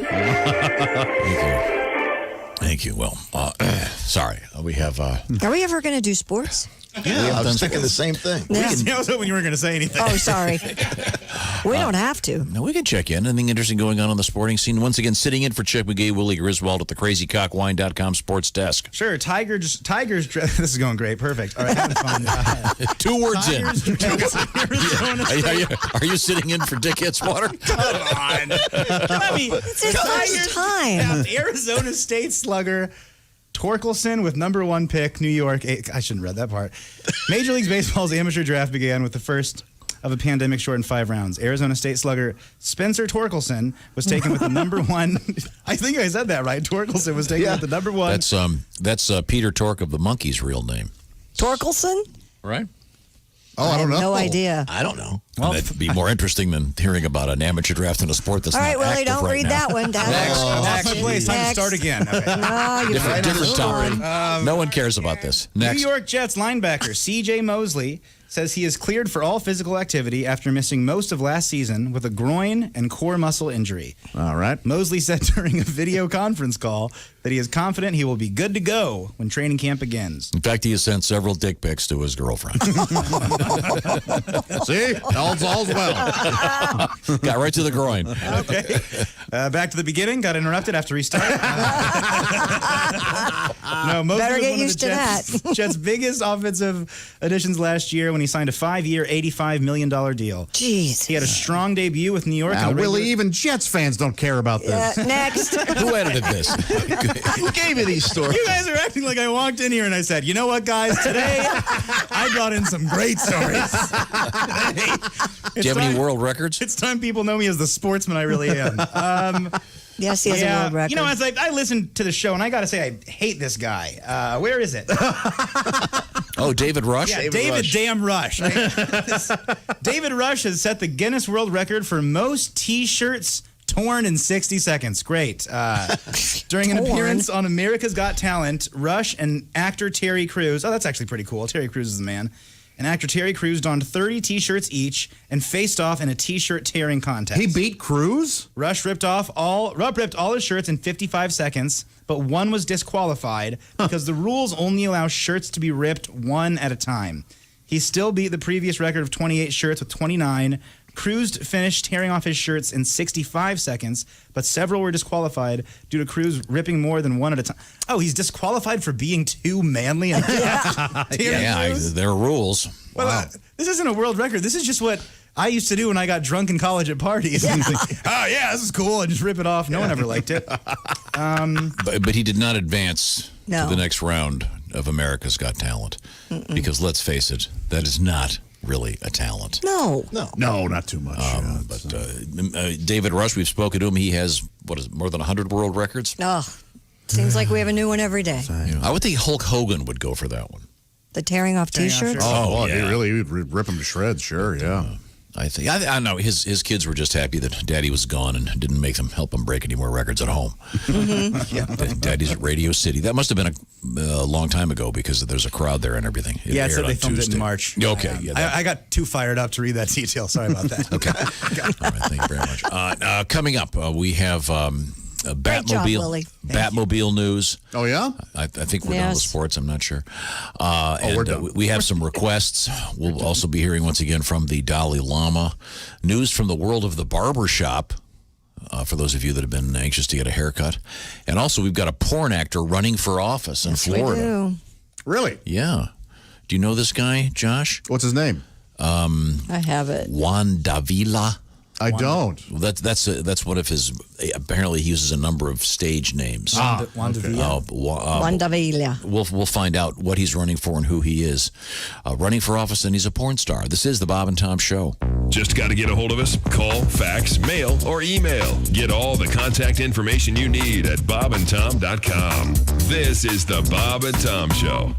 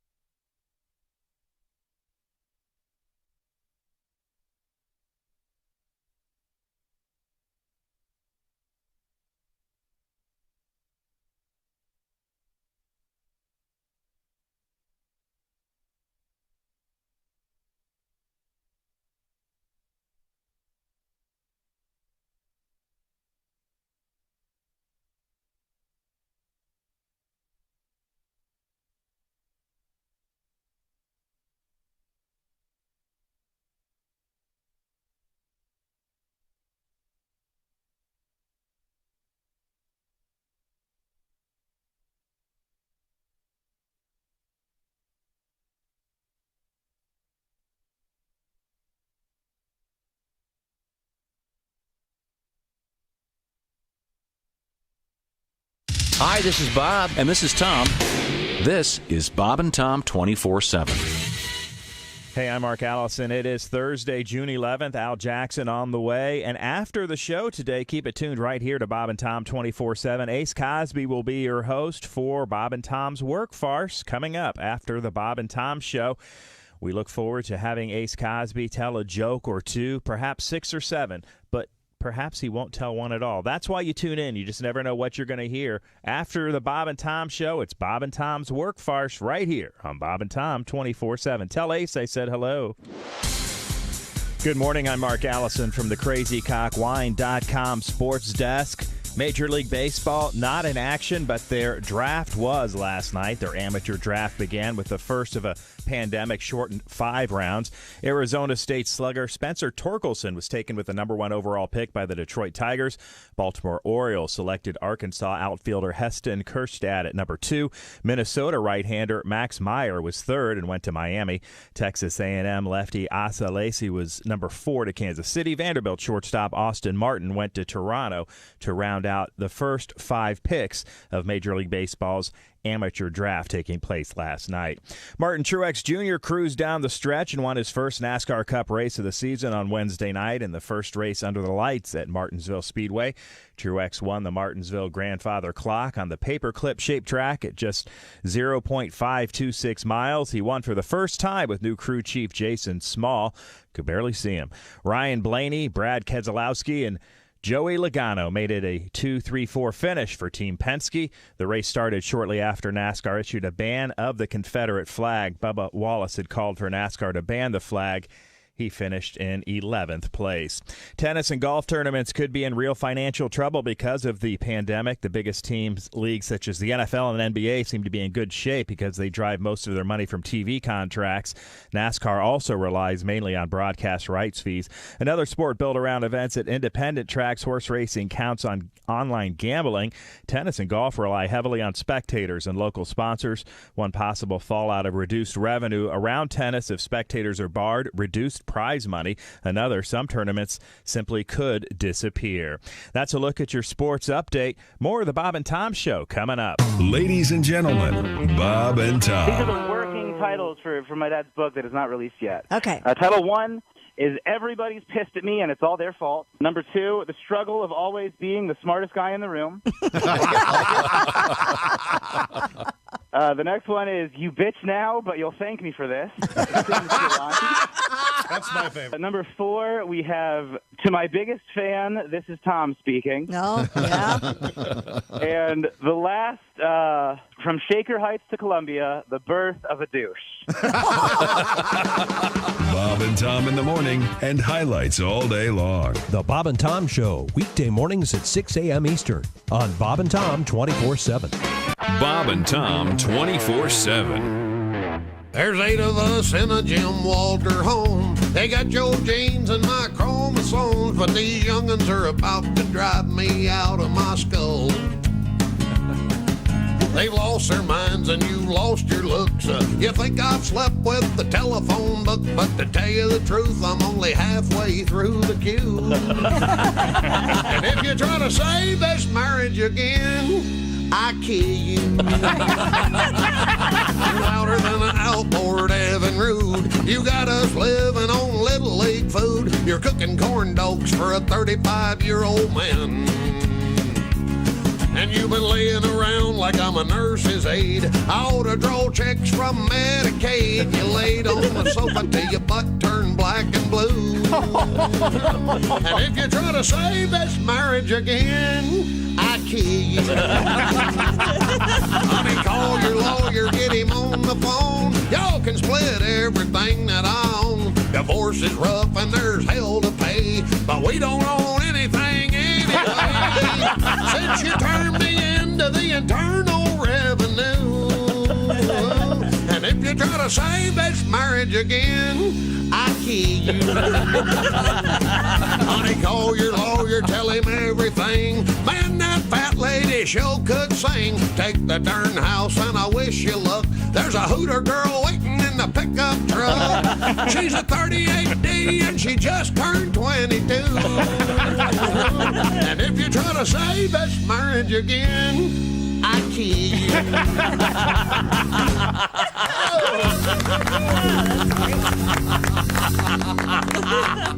Oh, yeah. Hello. You're listening to Bob and Tom 24/7. This has been Chick McGee. 744 Q95. It's the Bob and Tom Show. Thank you, Ace Cosby, the legendary voice of Ace Cosby. We have Christy Lee right there with a quick forecast. Q95 Fox 59 weather brought to you by CarX. Sunshine 80, clear down to 58 tonight. Sunny and 85 tomorrow. 63 now. Thank you very much. Tomorrow, Friday, we'll be at County Line in Emerson. Q95 doing a special siege. We'll be down there trying to get some water. And bottled water, very important for a lot of folks this summer on the streets. And we're going to be collecting it thanks to a lot of friends, including Summers Plumbing, Heating, and Cooling.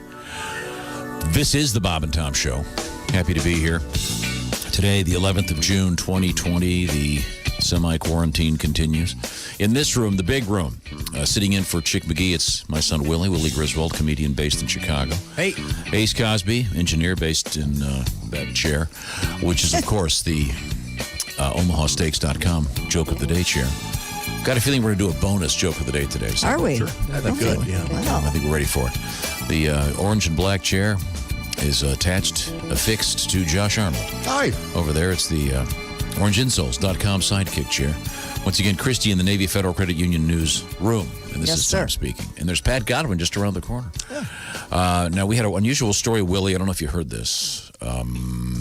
We always get lots of stories about things like this. It happens all over the world. Sadly, there are people that have rather unusual proclivities? Needs, if you will. Proclivities, a nice big word. I like that word. Sounds May like not be right. It sounds like you're slicing pie. Does it? Okay. This person apparently proclivity, in other words, a compulsion to shove things in the keister, if you will. Sure. A 30-year-old man in China found to have a dead fish inside his rectum. Told health workers it got it inside his body after he accidentally sat on it. How about that? And that's pretty much the standard operating procedure all over. You talk to any ER doc, right? It's always the same thing, no matter what it is. Well, I sat in the ground and this number 2 pencil went in there, or whatever.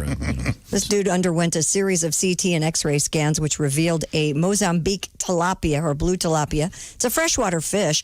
He told health workers he had intense abdominal pain, which lasted over an hour. Hey, Pat, maybe we should do that great Bob Dylan song. Which one?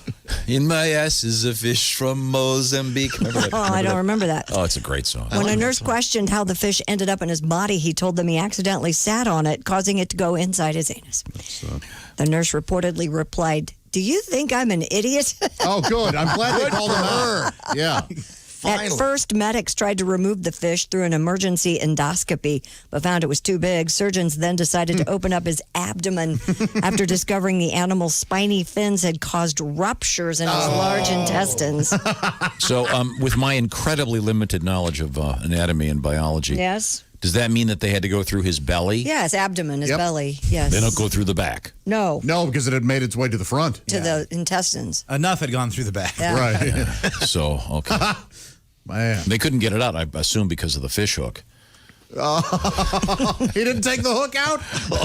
It was a trouble hook, Josh. I do like that it was a freshwater fish, because you don't want to stick a saltwater fish. back. That's going to sting. What are you? He put it in his ass, of course, because it's a bottom feeder. Oh.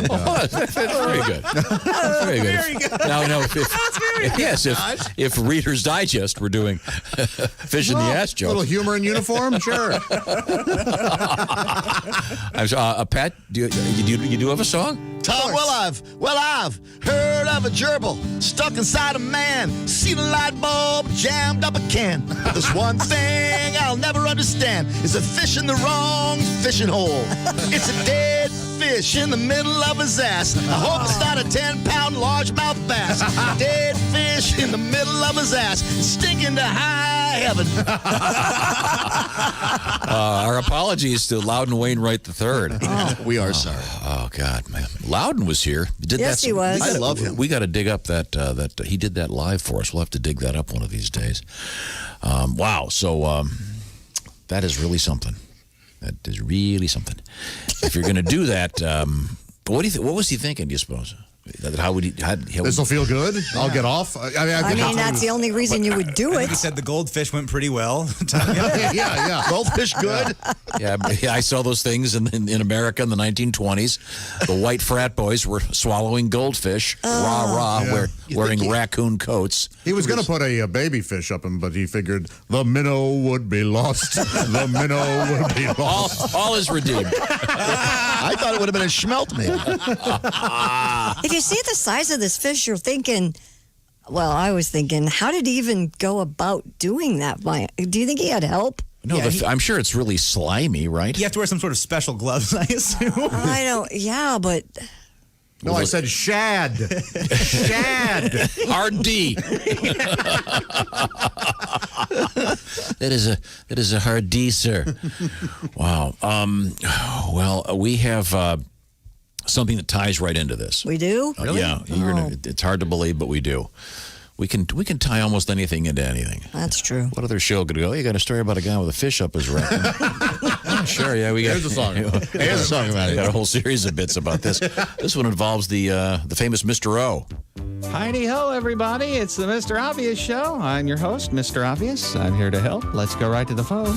Hello, this is Mr. Obvious. Hello, Mr. Obvious. Speaking. Hi, Mr. Obvious. Long-time listener, first-time caller. I got a little situation I thought you might be able to help me out with. I promise to do my very best. Well, I'm not what you might call an avid fisherman, but this past weekend I was lucky enough to land a 16-pound rainbow trout. My goodness, she sounds like a beauty. Oh, she sure is, Mr. Obvious. She is. That's kind of my problem.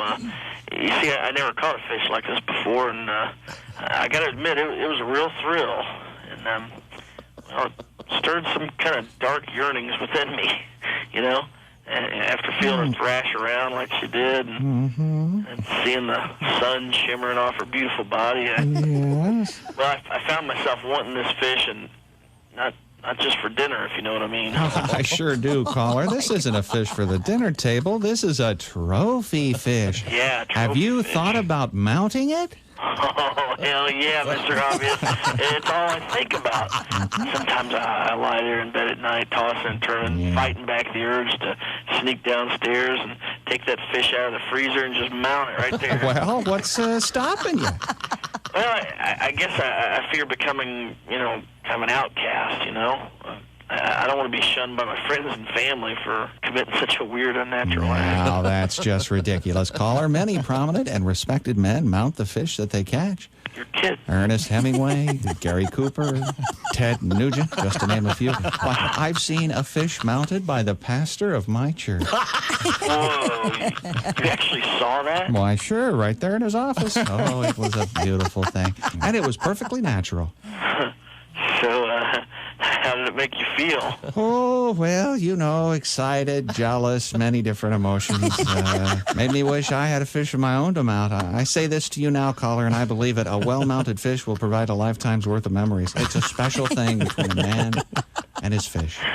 Man, I had no idea you were so open-minded and forward-thinking, Mr. Obvious. I just wish my wife felt like you did. You think your wife would object to you mounting this fish? Yeah, I'm pretty sure she would. Well, why don't you just sit her down and explain the feelings you're having, the almost obsessive urge you have to mount this fish? Surely your wife would support you then. I don't know. I kind of think it might be better if I just kept my wife out of the loop on this one, at least at first. Seeing how upset she got over the goat and all. You mounted a goat? Hey, look, I thought the goat was choking, all right? I was giving him the Heimlich, and then my pants fell down, and... Well, that's beside the point. You've inspired me, Mr. Obvious. I'm going to go ahead and mount this fish. Heck with what society thinks. Now, caller? Yeah. Can I call you caller? Oh, sure. We may be talking about two different things here. When I say mount the fish, what I mean is... I haven't felt this free in years, Mr. Obvious. Wait a minute, caller. I'm not encouraging some kind of sick... Oh, you've really opened my eyes, Mr. I think we probably need to talk about this some more. Mr. Obvious, you're a lifesaver. Caller? Caller?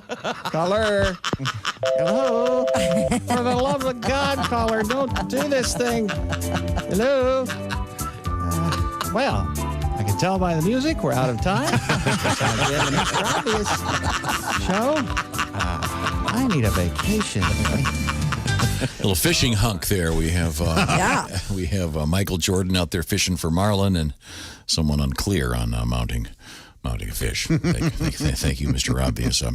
Coming up, Christy, can I have the teaser? Well, we still have that porn actor running for office. It's okay for singles to have sex in Britain now, and we also have an interesting, as you mentioned earlier, the wine story about priests in Britain, and this story, the next one I'm going to tease, was one I could not believe. A lady having brain surgery was stuffing olives during the operation. Oh, okay, yeah. And there's some certain types that keep them. Remember, there was the one. Yeah, was it's amazing. Lady playing a musical instrument or something while they were. They often have them do something. Yeah. Wow. Well, stuffing olives. Stuffing olives. Huh. Yeah. Well, I guess when they're done, they can all have martinis. You don't want the doctor to lean over in the middle of the surgery. Hey, listen, do we have any vodka here? We'll be right back. It's the Bob and Tom Show. Text us at 888-262-8661. More Bob and Tom next. State law.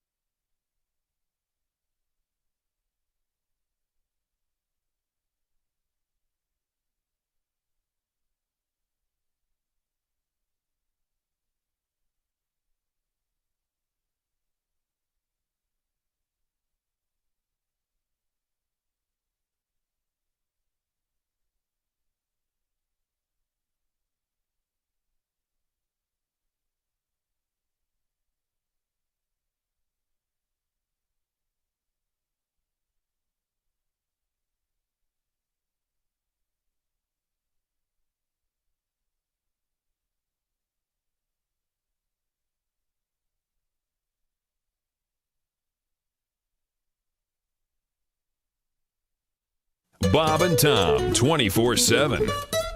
Hey, I know I've already mentioned it, but every dollar spent at the BobandTomStore.com for the foreseeable future goes directly to Feeding America. That's an organization that helps restock food pantries across the country for those families in need, which really there is a desperate need. A lot of folks out of work and needing help.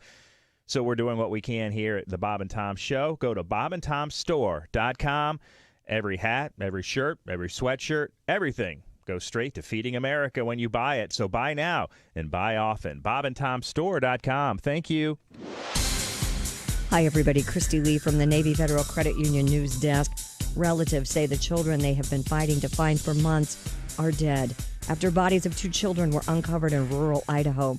The boy and his big sister have been missing since September. Their bodies were discovered on the property of Jad Daybell, who married the children's mother, Lori Vallow Daybell. Both are in custody. Buffalo will replace its police emergency response team with a new police protection unit. The move follows the suspension and arrest of 2 ERT members seen on video shoving a 75-year-old protester who fell and cracked his head. Buffalo's police department has faced increased scrutiny since a widely viewed video showed officers in riot gear shoving the white-haired protester during a demonstration over the death of George Floyd. And severe thunderstorms accompanied by winds approaching 70 miles an hour have battered lower Michigan as the remnants of Tropical Storm Cristobal move out of the Midwest and into Canada. Cristobal ended a trek from the Gulf of Mexico up the mid-United States that caused flooding across the region, downed trees and power lines, and damaged homes and businesses in Indiana, Wisconsin, Missouri, and Iowa. And that's your news. I'm Christy Lee. More of the Bob and Tom show's on the way. Ladies and gentlemen, Bob and Tom. Sad news, I lost Dwayne Johnson's cutting tool for his origami. Oh, no. Yeah, I lost the rocks, paper, scissors. Rocks, paper, scissors. You know what? That's a solid joke. I agree. He's on base with that one. Yeah, that's when you can tell at the water cooler. It is. Very good. Nothing from Oskay, though. He's Not even a chuckle. Yeah. No. Waiting for the 5-year-old's joke. Bob and Tom in the morning and highlights all day long. The Bob and Tom Show, weekday mornings at 6 a.m. Eastern on Bob and Tom 24/7. Hi, fellas. This is Floyd Tucker, the over-the-road trucker. You're listening to Bob and Tom 24/7, of course. Hey, Peter. Hey, Bob. What are you doing out here? Same thing you're doing. You got a light? We are smoking in front of the building. We are standing, we are talking, but mostly we are smoking. We are smoking in front of the building. We are smoking in front of the building. We are puffing, we are gagging, we are happy because we're smoking. We are smoking in front of the building.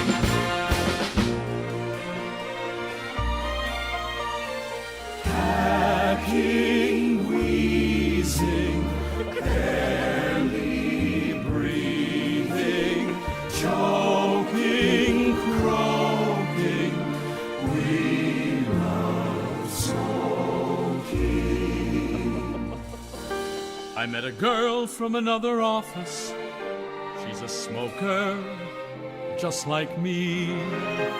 Now we're dating, and we're smoking.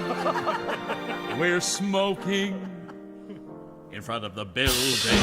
We are smoking in front of the building, and we smell like we've been camping. It could be raining, it could be snowing, but we're smoking in front of the building.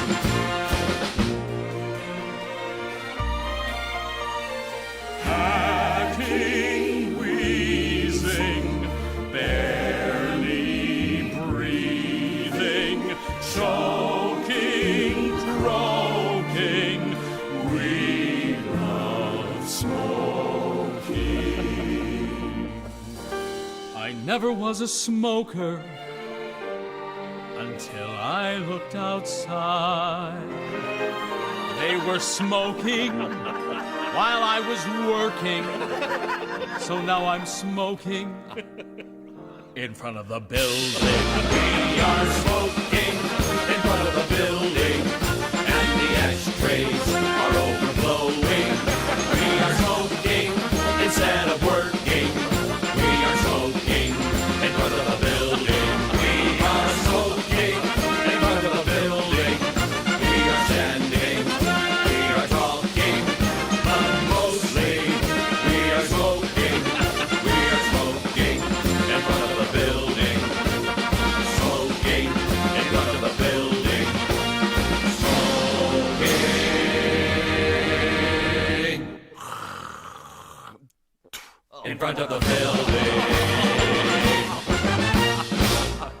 Thank you, Ace. Christy Lee has the forecast. You okay? Yeah, move I that. don't have a monitor, so I have to kind of watch, and I was... Okay. You're out of time. Never mind. Don't worry. All right. It's no biggie. Hello. You back here. Welcome back. It's the Bob and Tom Show. Thanks very much for joining us. In the big room, Willie is over there. This is Tom. That's Josh. There's Hi. Ace. And then through the glass, it's Christy Lee. Hi. You okay over there? Yes. Just making a little breakfast. What do you got around your neck? I know this is It's a little cold back here, necklace? yeah. that's a long necklace. Goes down to your navel. Pretty much, yeah. Is that Is that pointing to heaven? Is that It's a where you're little going? treasure necklace. I didn't consider that, but certainly. You can see it on YouTube. You can see. Is that a problem? Is it causing a problem? No. Is that a locket? Is there No, some- it's just a... I've not seen it before. That's why. Oh, really? Yeah. It's nice, yeah. Thank you. This is radio, nor is anyone else. Okay. Oh, for What did you just say? After we discuss Josh's orange chair all morning long. Okay, I'm sorry. That's Josh Arnold, theorangeinsoles.com. Sidekick chair. Hi. Let's see. Pat Godwin is through the glass. No, you're on the TV. Sorry. He's Through the glass. Well, kind of. Do you know where you are right now? Do you have any clue? Do you have Post-it notes or something you could Well, use? it's confusing. It's all these stupid Zoom meetings and. Really, are you getting a whole new perspective of how this works now? I have no clue how you guys do this every day. This is incredible to watch. I'm enjoying it so much. I'm very happy to be here. So Christy's actually in the building. Yes. But she's behind the glass in the next room. Right. If you look to your left or my left, Pat is where he normally sits, but it's not. He's not there. It's a big television screen. I'm next to the outhouse here. He's Pat's in the other building via camera, so it's confusing. If you're listening, it shouldn't matter at all. But Pat, I wanted to read this story to you, and I don't think you've seen this, Willie. This village was quite literally lost in the water way back in. The Roman thing? Yeah, they in 1953 they put an artificial lake in Italy, Yeah. and there was a village down there. Yep. And well, of course, so now it's been underwater for all these years, and every once in a while they drain the lake. And you get to see the village and again. the village is still there, and it looks kind of like adobe buildings, but they're all sort of softened up now because they've been underwater for so long. It wasn't 1953? Is that what you said? Yeah, it's been they built the dam in 53. Oh, but the village had been there for centuries. Yeah. So, but okay. it's stone and Adobe in 53? That doesn't seem right. whatever it is. It's some earthen. It's pretty cool. But It is but it cool. looks medieval. It just looks so bizarre and weird. But they and I suppose they do. There are probably places here where they do that. Oh, yeah. They drain the lake and there's bicycles in there and right. An Oldsmobile Delta 88. Mary Jo. Like the Ozarks, Missouri was marriage. That's a subplot. Sorry, dated joke. It's a subplot on the show Ozark, actually. Oh, that's right. The family's Yes. upset because they ended up covering the land. But I was looking at these pictures. The pictures are really kind of cool. But I was hoping there'd be some of those statues. What statues? You go to Italy, you see Like all those, David? See all those? Yeah, you see all those statues where the guys have really tiny male members. And well, it's because having a large male member was considered gauche. It was gauche. Yeah. I always thought it was because if you're carving out a marble, if you put on a big one, it's gonna Break chances off? are it's gonna bust off. Yeah, it's like gonna be those. vandalized. No, the small ones, they're very fashionable, and they're actually coming back. That's what I'm going with that too. It's Yeah. doing wonders. That's what I tell everybody. on Tinder. Fashion is cyclical. Yeah, Willie is my son. He got the hair, but full head of hair. It's a trade-off. Yeah. Nice hair. No. You got the guitar out. I do. You want to hear something? I do. Yeah. What is this? I am a true man of the world. Oh. I stand here with my flag unfurled. I'm a gorgeous melting pot of humanity. But one physical flaw is such a blow to my vanity. I have a cute English nose. Like the Swedes, I'm the leanest. I have huge Austrian pecs. But a Greek statue penis. Tiny member like Zeus. That's that's what came between us. You like my olive complexion, but not my Greek statue penis. I'm no Dirk Diggler. I'm not a grower or shower. I got a pint-sized package like that discus thrower. Go ahead, take a peek at my tiny little Greek physique. I have a strong Irish liver and a Japanese-like genius, a big American gut, and a Greek statue penis, salty Brazilian nuts, and a Greek statue penis. Cha-cha-cha. Cha-cha-cha. Oh, boy. Hope you check that out on YouTube. That Is Greek statue penis? No. Pat's, I don't know if you know this, Pat, but you were doing this really weird body dance with your guitar there. Weird body dance? How about a cute body dance? Cute. You're a grower, not a shower. That's what you should say. He just said he wasn't a grower. I'm or a neither. shower. Nor. I'm trying to help More like you, more Pat. like a date's more like a search party. They got a posse. All right. No, I didn't got say a posse sweep of the. No, I distinctly said posse. Okay, where were we? That was really fun. No, but That was Pat, fun. Pat was really moving and grooving there to the rhythm. We do have a YouTube channel. Yeah, So we do. Sign yourself up. Also, the Bob and Tom VIP package is also out there. And the Bob and Tom app, it's free. Check it out. You can listen to the show on your favorite radio station whenever you want. Pretty much you can't avoid us no matter where you go. Yeah, well, that's true. Like it or not. Okay. Well, check it out. You don't have to. You can if you want. Also, we do have a bunch of stuff on the at the Bob and Tom store, and we're donating all that money to a program called Feed America. So if you've been on the fence about getting a hat or a shirt or whatever, check it out, bobandtomstore.com. Now, Christy, what have you got over there? A woman prepared stuffed olives during a brain tumor operation. The 60-year-old patient in Italy underwent the procedure to remove a tumor from her left temporal lobe at a hospital, of course. The patient said to have made 90 Ascoli olives, a preparation that involves wrapping pitted olives with seasoned meat that are then coated in flour, egg, and breadcrumbs before being fried. Oh, sounds good. Yeah, it does sound good. Neurosurgeon Roberto Trigonani told the news agency I took trigonani in high school. Yeah. I signed, co-signed my ass. Only time I ever need co-sign is when I tried to buy a car. Sorry, back to you. The neurosurgeon said that awake brain surgery, quote, allows us to monitor the patient while we work on the brain functions and to calibrate our action. He said the 2.5-hour operation went very well. I'd be leery of working with something that looks anything like brain tissue. Oh, Unless there was some kind of accident. Oh, wait a minute. Is that the cerebellum or is that the stuffing for the olives? Yeah, is that a pimento or a chunk of my brain? Yeah.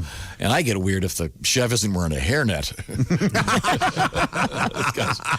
It was pretty. Did you watch any of that? Did you see the story? It's hard to watch. Oh, because it was incredible. I mean, she is I literally saw the laying one- there. There was one last year where the person was playing a musical instrument. Was it a violin? That couldn't have been right?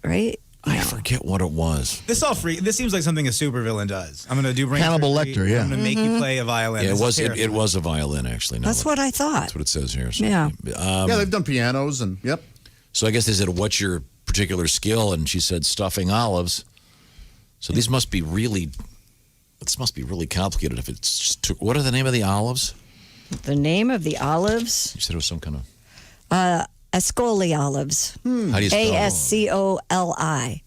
Ascoli. Ascoli. Way better than E. coli olive. Yeah, E. coli olives. It's from the you guys. it's from the Ascoli region of Italy. Ass meets E. coli.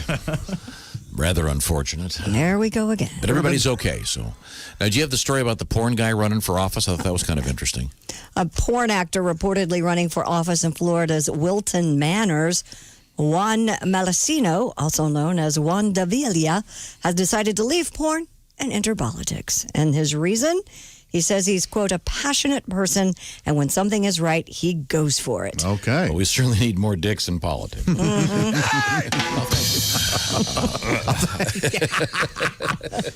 Wow. This guy would appear to be a gay porno actor. Why would you say that? Well, because he's got his Say it. Say it. What's the joke? Come on. What's the joke? I haven't seen the man. Yeah, he is. Oh. I just was reading this. Oh, okay. I thought that you saw a picture. Oh, no, he is. Yeah. I did. Yeah, it's quite clear in this photograph also. Yeah, I think it's important. If you're electing someone, you should absolutely know how big their penis is. I think that's very important. Do you think it's important? I think it shows an honest. I would vote for a little penis guy. But that guy, he's a hard worker. He had to learn things in his life. Yeah, things didn't come easy to that. I don't want to. If any election year during a debate, two guys whip out their, it'll be this year. It would be this year. This would be the year. Yes. You're right, Josh. You know, and it still wouldn't be news. It would just be whatever. Nothing. There's nothing. Nothing can happen that would shock anyone. Not Did you hear now. what the president did say? Oh, really? Okay. Yeah, All right, yeah. whatever. Well, what's next? Sounds about right that those Well, this two guy. would compare. This guy is either a gay porn star, or he's playing tetherball. I'm not sure what's going on here. Oh, wait, what? I don't get. Okay. Oh, I get it. Do you know what tetherball is, Willie? That or he's on the subway. I know what tetherball is. Never mind. Oh, God. Move on. He's gifted. Yes, there you go. We have. So I'm not going to vote for him then. Okay. Vote for me, Willie. Okay. What We else? have you got? Al Jackson coming up. Is Okay, what good. We have. What else is happening with you, Christy? We got time for one more. Oh, we do? British Prime Minister Boris Johnson's going to allow one-person households in England to form so-called support bubbles with one other household this weekend.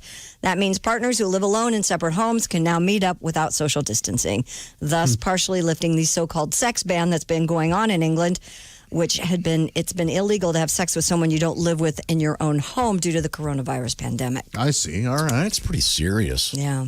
Is his nickname Big, by the way? Big Boris? Boris Big Johnson? Big Johnson. If I were him, I would have lobbied for that years ago. Well, he's quite the rounder. He's got...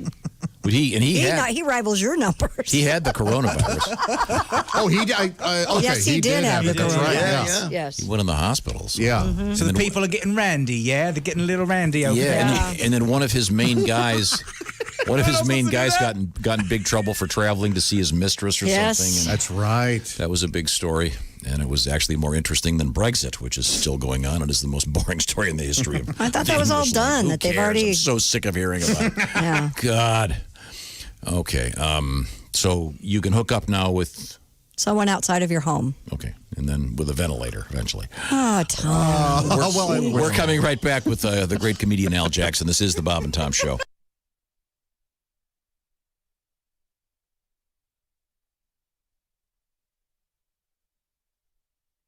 Hi, this is Bob. And this is Tom. This is Bob and Tom 24/7. 24/7. Hey, head on over to Bob and Tom's YouTube channel. Subscribe now at no cost. The Bob and Tom Show YouTube channel. Go to bobandtom.tv or just search Bob and Tom TV. Subscribe now to watch. It's totally free. You can kick back and watch Bob and Tom Tonight, Monday through Friday, 8 p.m. Eastern, 5 p.m. Pacific. Highlights from today's Bob and Tom Show. Runs about 20 minutes or so. Plus, there's also stuff there on the Bob and Tom archives and other highlights you can dig through. Lots of time can be spent. If you're a Bob and Tom fan, check it out. The Bob and Tom YouTube channel. Hi, everybody. Christy Lee from the Navy Federal Credit Union Entertainment News Desk. Well, if they get the okay from California officials, Disney will be back in business next month. The theme park has submitted plans to reopen Disneyland and Disney California Adventure on July 17th. A nearby Disney-themed shopping area would reopen July 9th. As is true for other reopening theme parks, Disney says reservations will be required. Capacity will be limited. The Coachella and Stagecoach musical festivals have been canceled due to the coronavirus. Dr. Cameron Kaiser, Riverside County's public health officer, signed an order yesterday canceling the popular festivals outside Palm Springs for this year. Health officials are concerned about a possible surge in coronavirus cases in the fall. Coachella, a massive music and arts festival, and Stagecoach, a country music event, are typically held in April but were previously postponed until October. And the A&E Network has canceled the police reality series Live PD. The cable network announced the move Wednesday, a day after Paramount dropped the similar show Cops. A&E said in a statement that it's a critical time in the nation's history and it's ceasing production on Live PD as it seeks better ways to tell stories of police interaction with communities. And that's your entertainment news. I'm Christy Lee. More of the Bob and Tom Show coming up. This is Bob and Tom 24/7. You know, my ex-girlfriend said I couldn't focus on our relationship, and I probably had some form of attention deficit disorder. We're no longer together, but I finally got around to writing her a love song. Oh, really?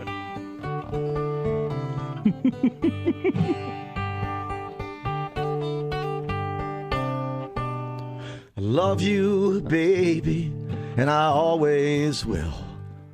I want you for the rest of my... Man, that girl's hot. Life. My heart is pounding. Time stands still. Hey, look, a quarter. Together we'll be man and wife. For better or worse, through thick and thin. When I met you, baby, my... life did begin. Yeah. I want you for the rest of my life. We'll have today and tomorrow too. 'Cause Bob, do I owe you $50? Absolutely. I'll get it to you after the show. Okay? All right, Because great. I love you.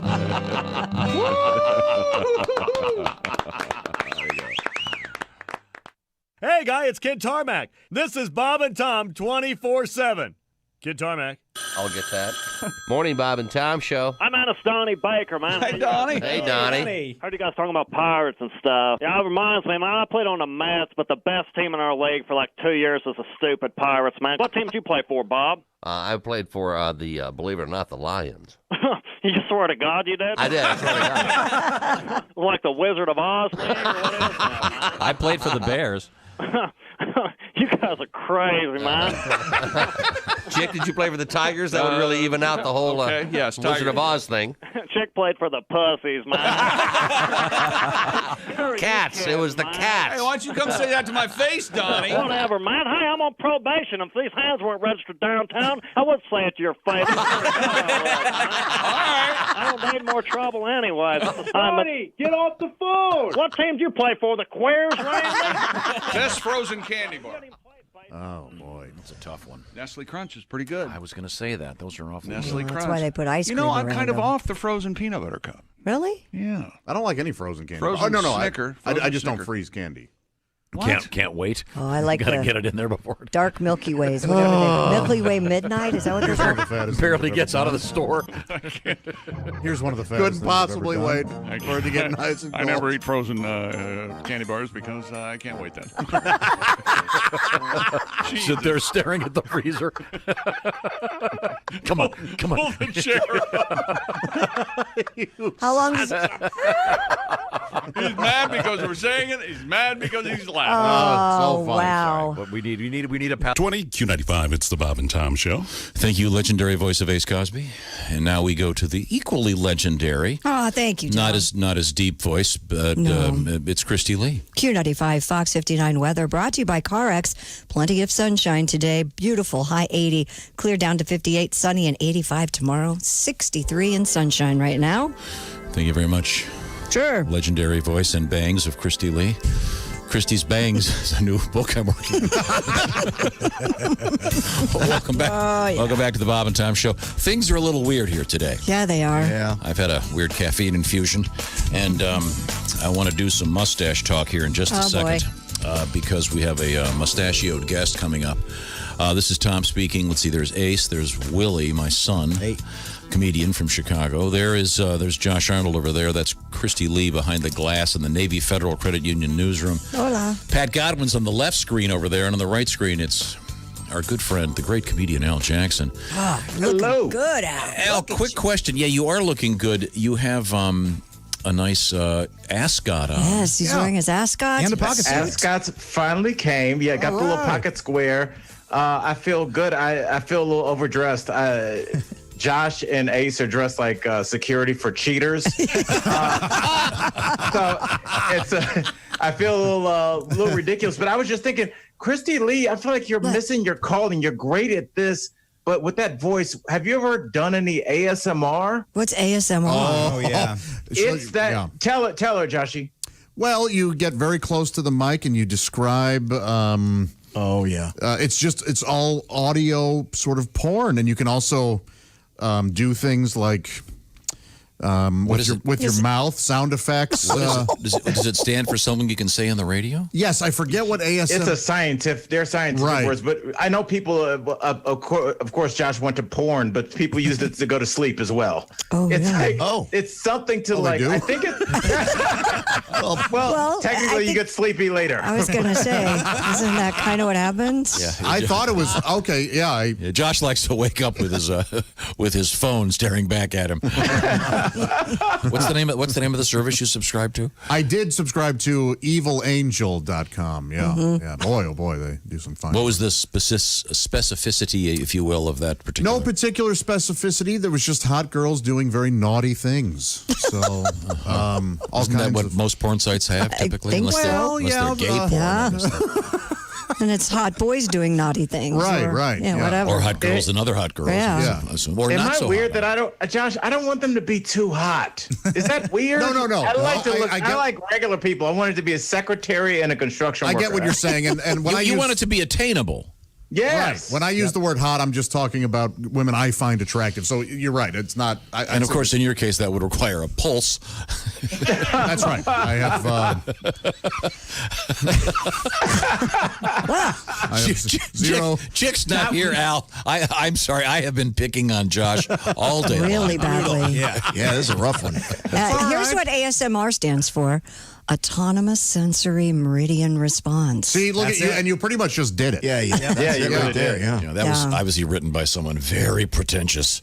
A tingling sensation. Al, real quick here. I don't know if you can see. I don't know how this works because you're on the Zoomer thing. Can you see Willie's face? You know Willie. Willie's actually opened for you on stage. I know Willie. Yes. Willie. Now Willie is sitting in for Chick today. He came in from Chicago. He shaved the mustache. I don't know if you recall. He had been working on how long was he working on the stash? Better part of 3 months on the mustache, and it was not coming in as good as Al. My eyebrow is thicker than that stash was at the end.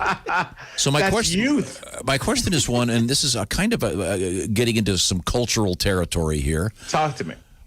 How old were you when you grew your first mustache? How thick was it, and have you kept it all the time? What are the ins and outs of your stash? Well, that's the thing, and I think every guy knows that your facial hair grows in weird places. Like this is my top lip is pretty thick, but this is like 2 months. It takes a while, but my beard grows in like Rocky in part 4. Like I can grow a beard in a second, but my mustache doesn't grow in that thick. Like most guys, I don't think could grow like a mustache and beard as thick as Joshy's over there. Josh's pretty real. Now, did you grow it in high school? Yeah, but it was probably Willie status, probably pretty thin. But was there a cultural significance to it? Did you feel an obligation to do it? Was it hip to have one? Did your dad have one? What was the...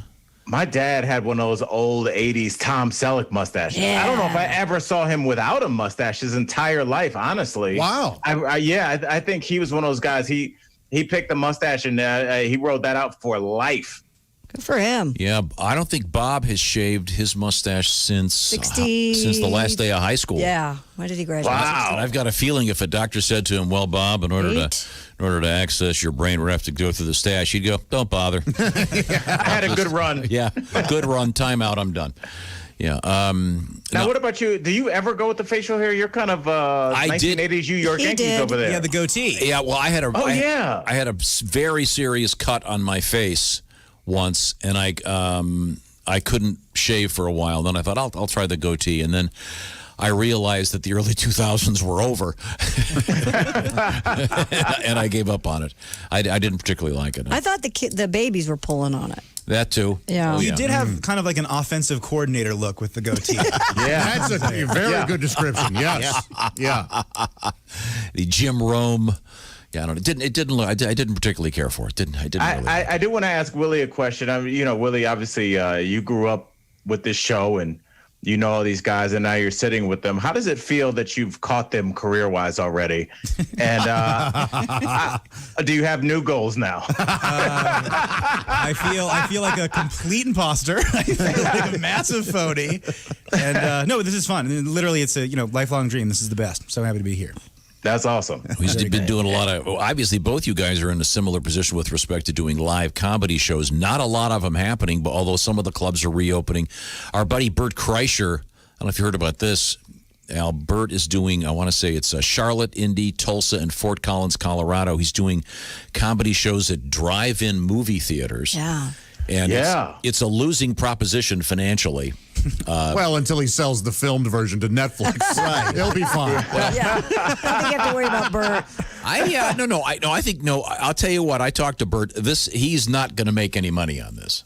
This is he wants his guys to get paid, and he's trying to do it. Trust me, this is not going to be one of these things where he does something to be a good guy and cashes out. Not going to happen. Yeah, I talked to Bert. He's coming to Colorado. Yeah, and that's where I am right now. So I talked to him, and my buddy Dave Williamson opens for him.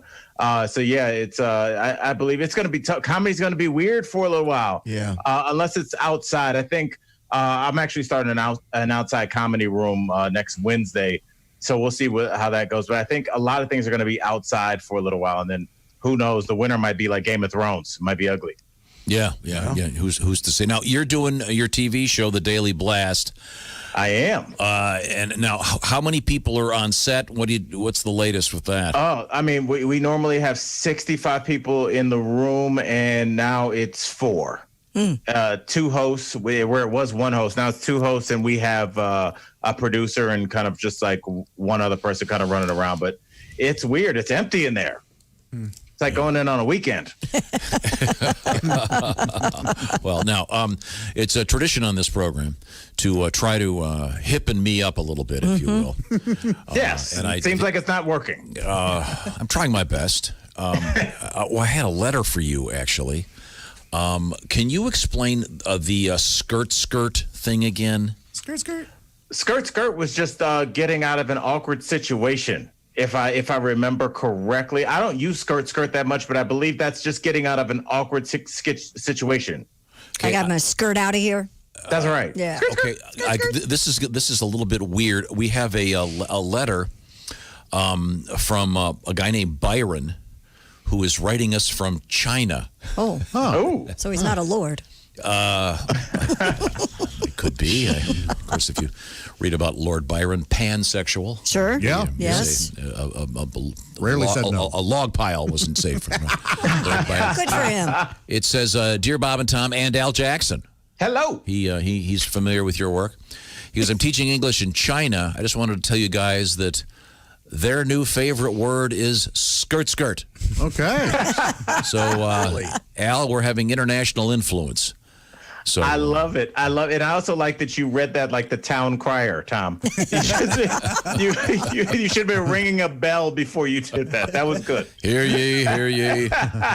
So can you use skirt in a sentence for me? Because I'm not sure I'm getting it. Yeah, Tom, I was out with Josh and Ace, and we were hanging out at the bar. I don't drink anymore, but I still like to hang with the fellas. And, I'm with this new girl, and my ex walked in, and she started questioning us, and I went to the bathroom, and then it was just skirt.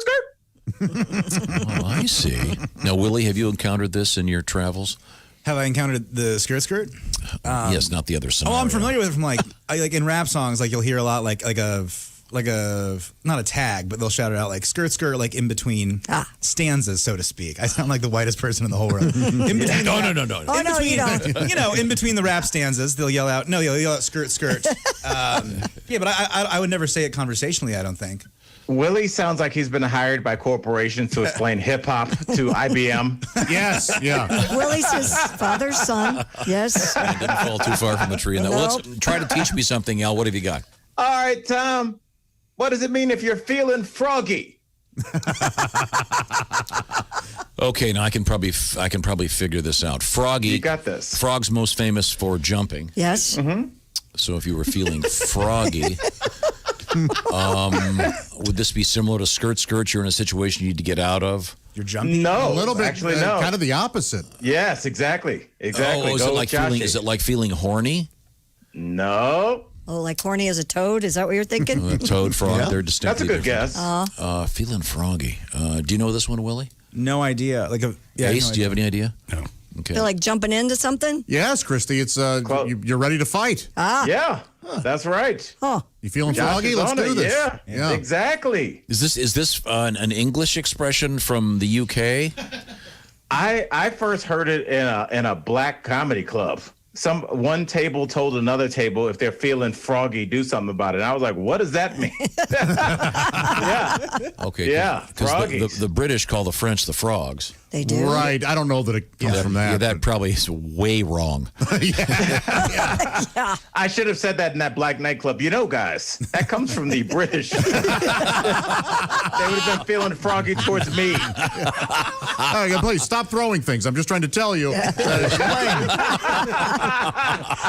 So, Tom, can you use it in a sentence? Sure. Let's see now. Feeling froggy. I'm not really much of a fighter. I can't think of an opportunity that I've had recently.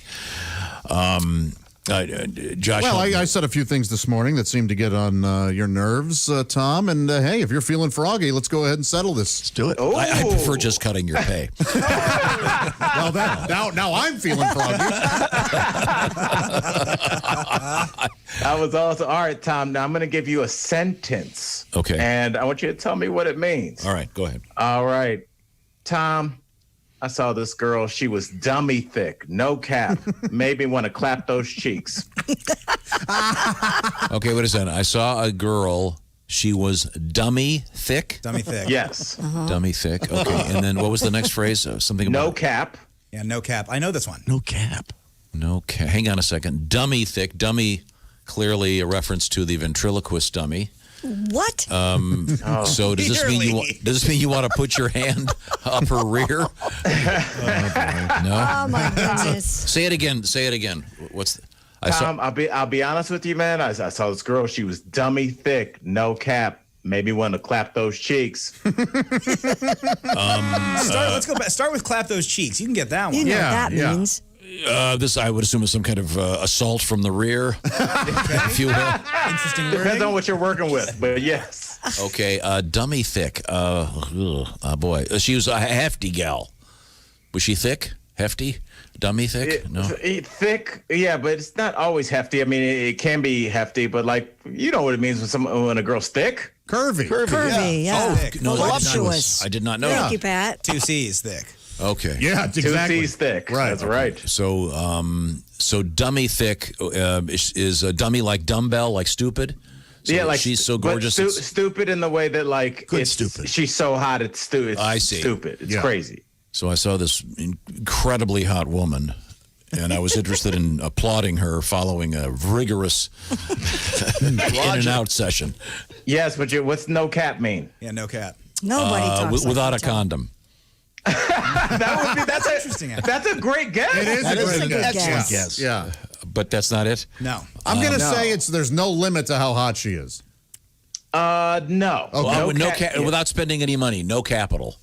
No, that's good too, though. I have never felt so good when I know Willie something. knows this. So no Yeah, cap, Willie. it means like I'm not lying. It honestly Yes. means no cap. Like a hat is a lie. So a cap, no cap. A hat is a lie. Essentially. So if you're bald, you wear a hat, you're not bald anymore. Yeah. Oh, I see. It's a lie. It's a lie. Yeah, okay. Well, I'm wearing this cap because of a vision issue that I have in these lights, but that's okay. I know, but He wasn't speaking to you specifically. Okay. Way to make that sentence about you, Tom. This is about me. I thought I was supposed to be getting a little no cap action from Stupid Gal. I just figured you wore a Columbia cap because you need everyone to know you went to an Ivy League college. And then specifically clap these cheeks. Is that I wanted to slap her on the ass or I wanted to... I just feel like it's a sexual position. Okay, gotcha. Yes, Gotcha. yes. So say it again, the whole sentence.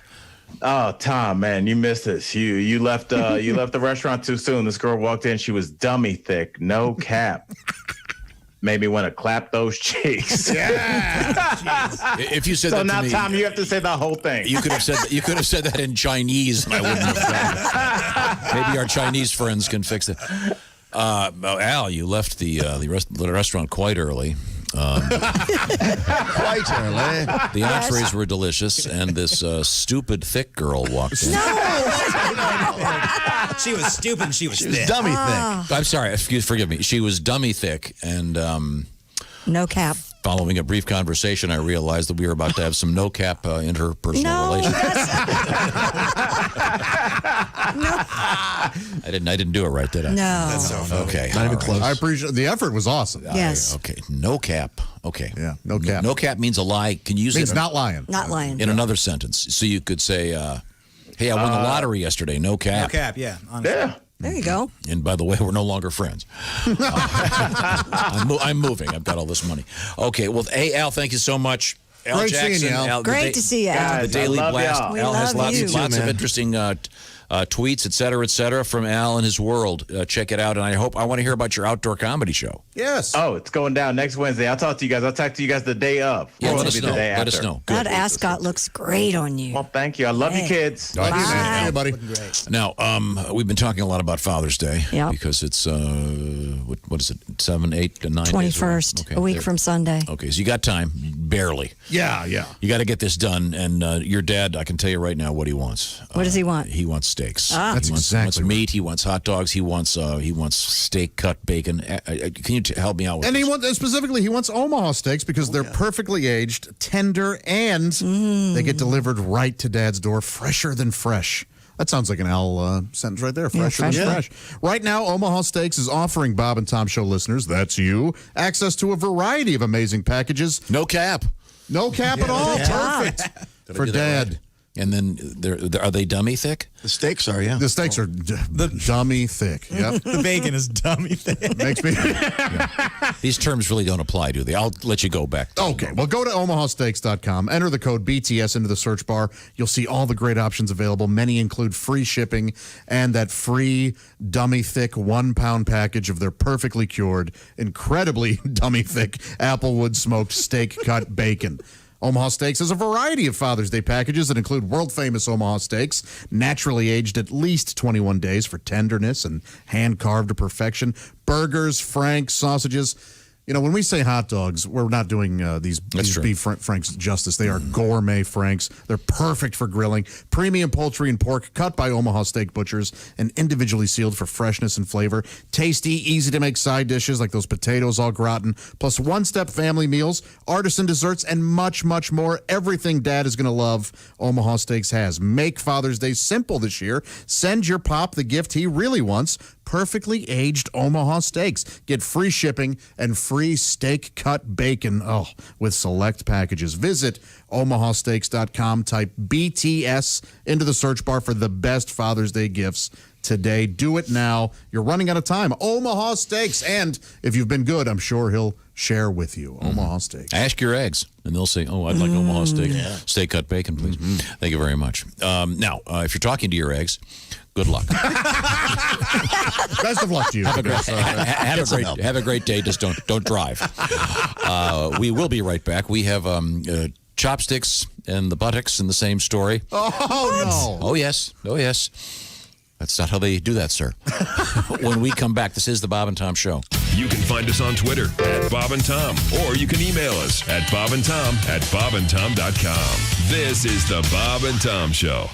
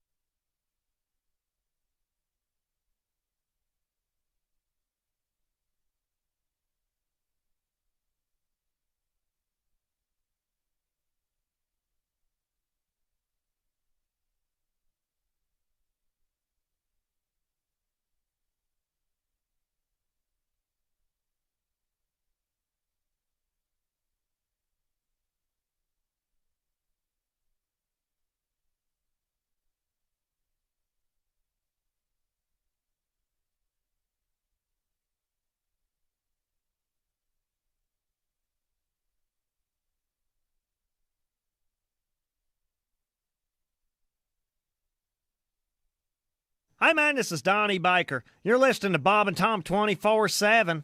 Hey, if you missed today's show, we will have an afternoon double play for you. Maybe you just want to hear it again. Beginning at 3 p.m. Eastern, Christopher steps in to host our repeat at 3 p. How's that for a title? We will replay today's show back-to-back right here on Bob and Tom 24/7. More of the Bob and Tom Show coming up. Good morning. I'm Mark Allison from the CrazyCockWine.com sports desk. Major League Baseball not in action, but their draft was last night. Their amateur draft began with the first of a pandemic-shortened 5 rounds. Arizona State slugger Spencer Torkelson was taken with the number 1 overall pick by the Detroit Tigers. Baltimore Orioles selected Arkansas outfielder Heston Kjerstad at number 2. Minnesota right-hander Max Meyer was 3rd and went to Miami. Texas A&M lefty Asa Lacy was number 4 to Kansas City. Vanderbilt shortstop Austin Martin went to Toronto to round out the first 5 picks of Major League Baseball's amateur draft taking place last night. Martin Truex Jr. cruised down the stretch and won his first NASCAR Cup race of the season on Wednesday night in the first race under the lights at Martinsville Speedway. Truex won the Martinsville Grandfather Clock on the paperclip-shaped track at just 0.526 miles. He won for the first time with new crew chief Jason Small. Could barely see him. Ryan Blaney, Brad Keselowski, and Joey Logano made it a 2-3-4 finish for Team Penske. The race started shortly after NASCAR issued a ban of the Confederate flag. Bubba Wallace had called for NASCAR to ban the flag. He finished in 11th place. Tennis and golf tournaments could be in real financial trouble because of the pandemic. The biggest teams, leagues such as the NFL and NBA, seem to be in good shape because they drive most of their money from TV contracts. NASCAR also relies mainly on broadcast rights fees. Another sport built around events at independent tracks, horse racing counts on online gambling. Tennis and golf rely heavily on spectators and local sponsors. One possible fallout of reduced revenue around tennis if spectators are barred, reduced prize money. Another, some tournaments simply could disappear. That's a look at your sports update. More of the Bob and Tom Show coming up. Bob and Tom 24/7. Not on air, online, all the time. Bob and Tom 24/7. It's new from Bob and Tom Toys. Come on, Elmo, laugh. Elmo. Hey, Mom, my Tickle Me Elmo is broken. Broken? I tickle him, but he's not laughing. Honey, that's not Tickle Me Elmo. That's Hurt Me Elmo. Hurt Me Elmo? Yeah, Hurt Me Elmo. You hit him, and he talks. Okay, here we go. Ouch, that hurt. From the makers of Pull My Finger Charlie, it's new Hurt Me Elmo. Hey, cut it out, kid. Hit him harder, sweetie. Okay. All right, now that's it. Knock it off, you little bastard. Good one, Elmo. Mom and dads everywhere are learning that Tickle Me Elmo is cute and cuddly, but doesn't prepare kids for the dog-eat-dog world they'll have to live in. New Hurt Me Elmo teaches kids self-defense and self-confidence as they beat the tar out of cute little Elmo. The harder you hit him, the more he talks. Take that, Elmo. Hey, stop hitting me, you little Now you've got it. Talk to me, Elmo. Look, you rotten little that hurt. Tough Elmo. Hurt Me Elmo. Oh, you can punch Elmo, you can kick Elmo, you can leave Elmo out in the rain or the sun. Pull his hair, twist his arm, poke his eyes and then run. Slap his face, kick his knee. New Hurt Me Elmo is fun. Come on, little boy. Please stop hitting me. Elmo, I love you. Ouch, that hurt. All day, all night, all Bob and Tom. This is Bob and Tom 24/7. Drew Hastings is our guest. Let me tell you a little tip, and I'll tell your listeners. I have always carried $2 bills. People are inordinately impressed with $2 bills. Have you ever noticed that? Yes. When you give one to somebody, they act like it's a big deal. First question I usually get, wow, where'd you get this? Like I know someone. Good. 846 Q95, it's the Bob and Tom Show. Christy Lee has an update in the weather forecast. Beautiful sunshine. Look for a high of 80. Sunny tomorrow, 85. Right now, sunny and 64. And a pretty good looking period of time. Oh, my gosh, it's going to be in the 70s this weekend. And then warming way up into the 90s next week.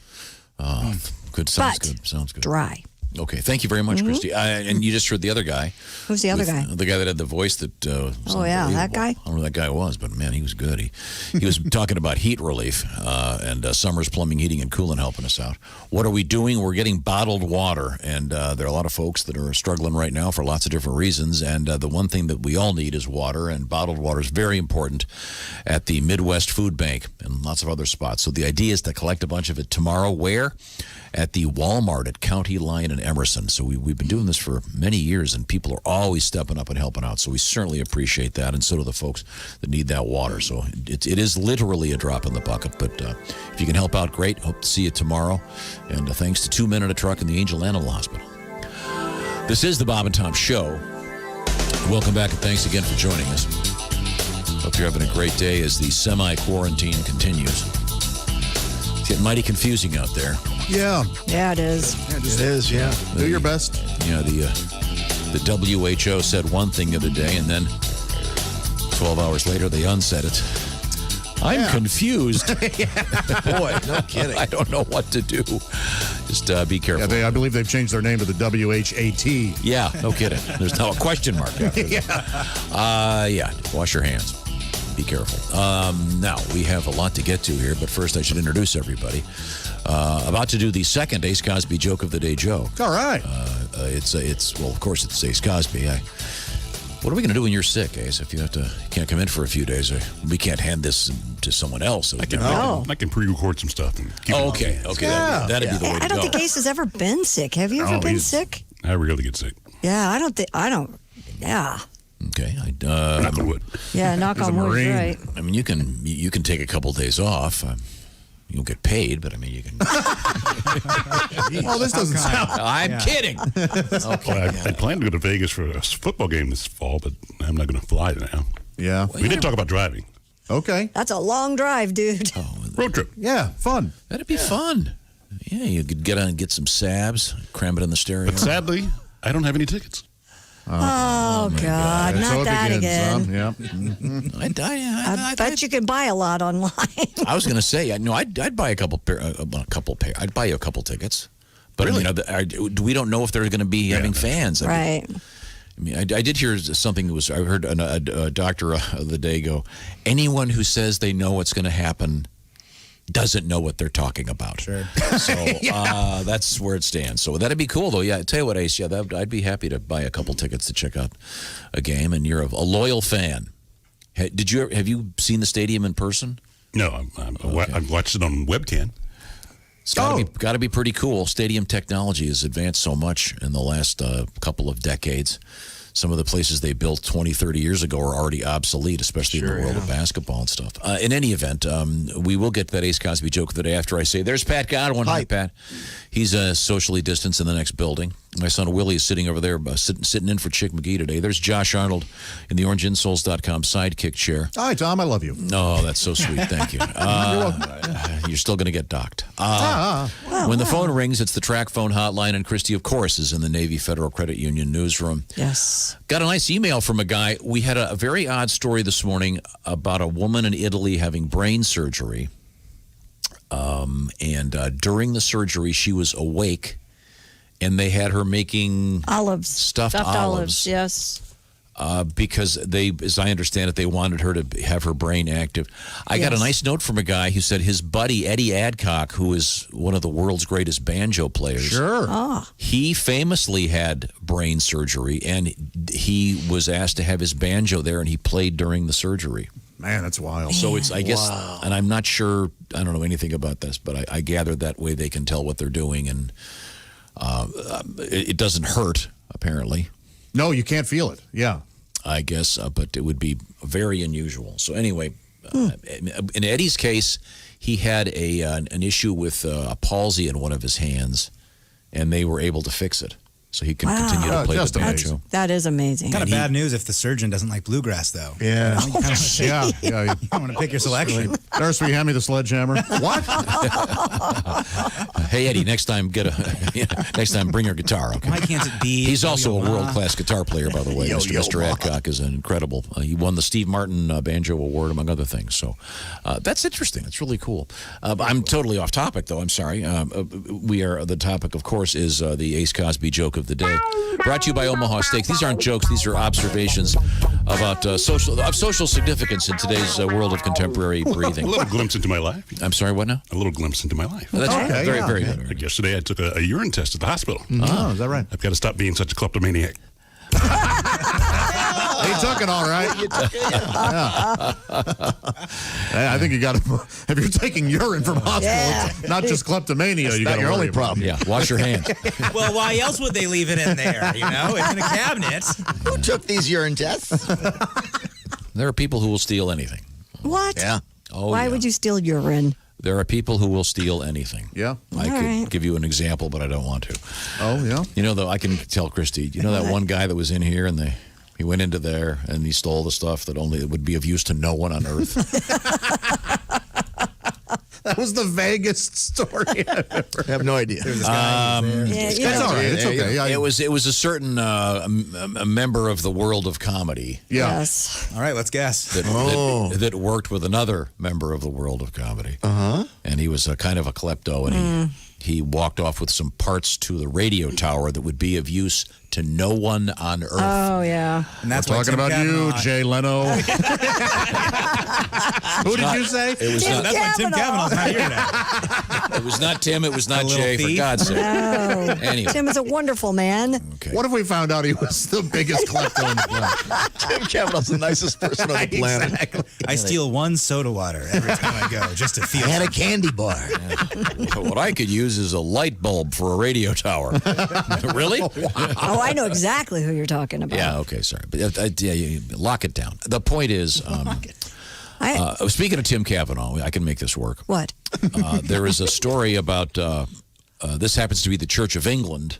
Yes. Which is very similar to the Catholic Church. Yes. It's like kind of a spin-off, if you will. Kind of a divorce issue there. Yes. But there's an unusual story about communion wine in the Church of England. Yeah, priests there are being told to drink all of the communion wine. They should drink the wine themselves according to new coronavirus guidelines. And they've added that the ceremony has to take place behind plastic screens. Oh. So I guess he's going to say mass behind the screen. Okay. The advice says at present, communion should be administered in one kind only with no sharing of the common cup. Okay. I mean, that obviously, but. Well, we don't use a common cup during flu season. Oh, really? They don't do that. Because I had heard, I asked somebody about this, and they had told me that they say that because it's communion wine that you can't get sick from it. Well, you know what I mean? That's what sort of a Oh, really? Depending on the flu season. Scientologist? What the no, it was whack a job. My church. Is this like those old school club comics that say the beer they're drinking is on stage as a prop, and they drink 10 of them during their act, and they get a shot sent up halfway through? I mean, even when they wipe between every person, it's still kind of weird. Sure, yeah. It's always been. I'm not sure there are certain priests you really want to encourage to drink all the wine. Well, you're exactly right. Might make that a sorry mass, I believe. They drink the wine at the end. That's all that's left over. They pour it into the big chalice and then I was finish it up. I was talking to a friend of mine about this, and he was saying that he had been an altar boy, and that the particular priest happened to be a reformed alcoholic. And so I'm not making any of this up. He would have the altar boys, or the altar boys would drink all of it when it was over. So because it's the blood of Christ. It's already being consecrated. You can't throw it down the drain. So you're not going to waste the blood. But I mean, No. these altar boys were relatively young. Yeah. So they're kind of looking forward to this being over. They're going to have a little party. So they try to guess. So there's not much left over. I mean, they try to do their best. And by the way, estimate. it's not correct to put that easy cheese squeeze stuff on the host. No, it's not. Just that's a make the way faux for a pas? little bit. that is a faux pas. I see. You don't cheese it up. Makes it easier to eat. I understand, but well, I just called it Jesus Christ. I thought it was okay. A fine quality joke, but we'll get mail and you'll burn in hell. I'll pay for it. Yeah. You'll burn in hell. Coming up, we have a Toy Story, the Batmobile, and barcoding your crops, all in the news. I'm looking forward to all these stories. And movie theaters possibly reopening. Yeah, We'll get to maybe. that next. Yeah, this is the Bob and Tom Show. Everything about the show is at bobandtom.com. Check it out now. State law.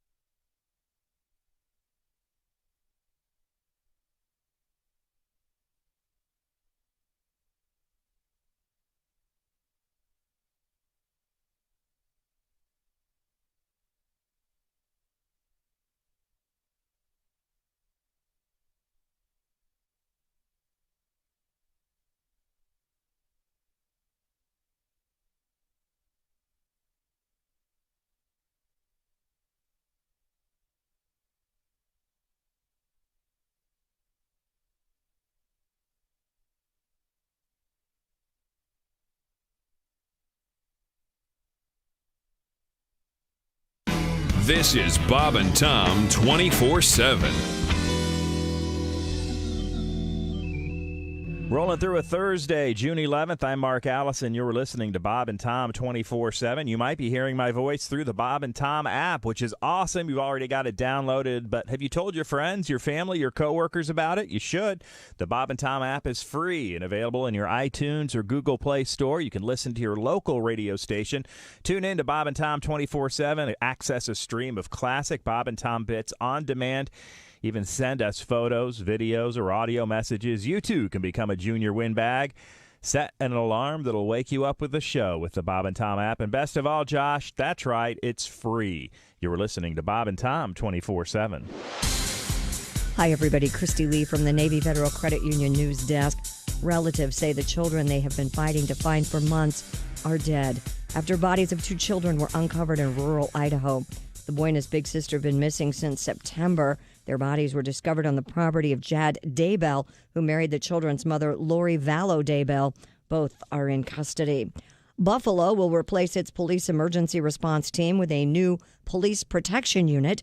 The move follows the suspension and arrest of 2 ERT members seen on video shoving a 75-year-old protester who fell and cracked his head.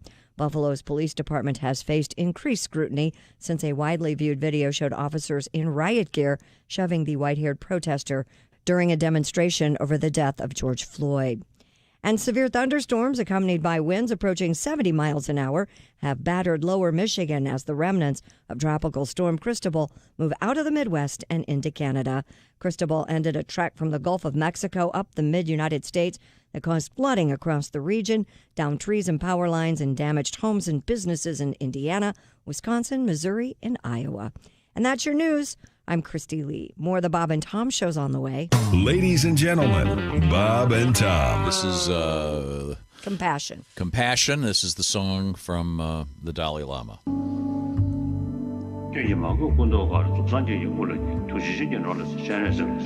I don't understand a word.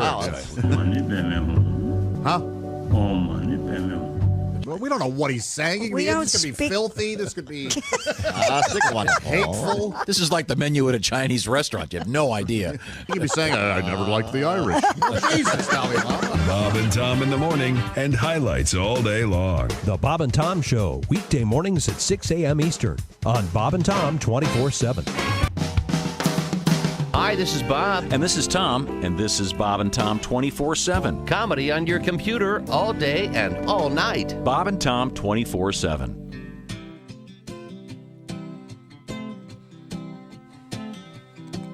Anybody on the radio that sings like this needs to cut Bob Dylan a check. I don't care if it's folk or rock or rap or pop or tech. No matter if you are a genius like him or just some three-chord hack. If you're singing like your voice is sore, better cut Bob Dylan a check. And it's 40 for a 60 for a and a is 103. These prices don't include polyps or setup and mechanical fees. The only caveat is the Nashville skyline, which we'll throw in for free. Cause no one ever picked up on that except for Dudley Do-Right and Pee-wee.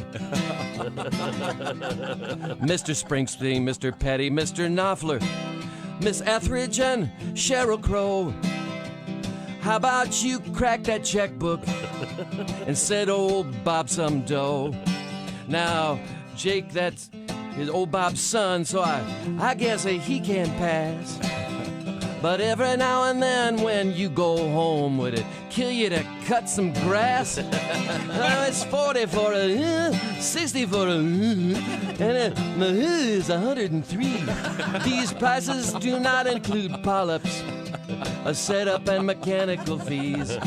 The only caveat is the Nashville skyline, which 902 Q95, it's the Bob and Tom Show. Christy Lee is right next door in that room, and she's got the forecast. And it's a good-looking one. Q95, Fox 59 weather brought to you by CarX. Plenty of sunshine, low humidity, high 80.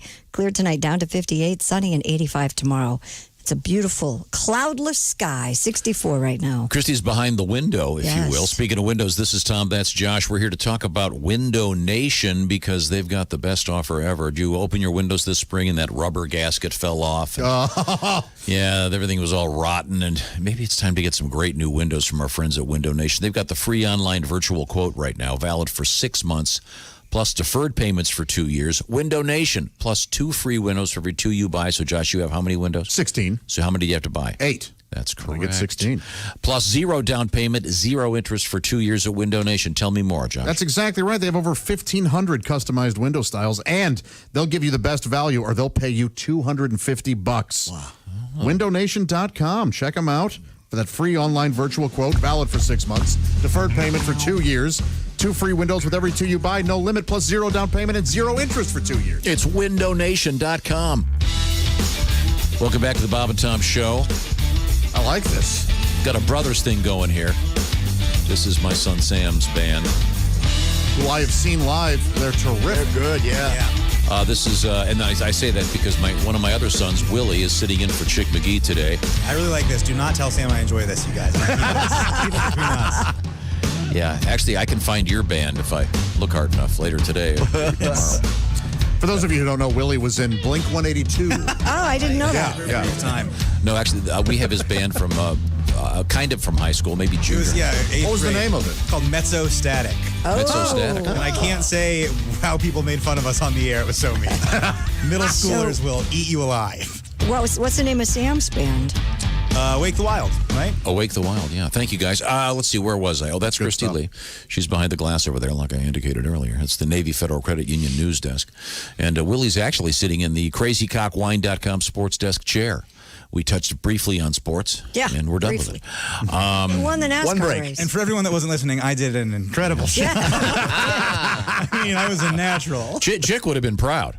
Yes, he would have, yeah. I mean, if you can make him look good doing sports, that is. Oh, come on.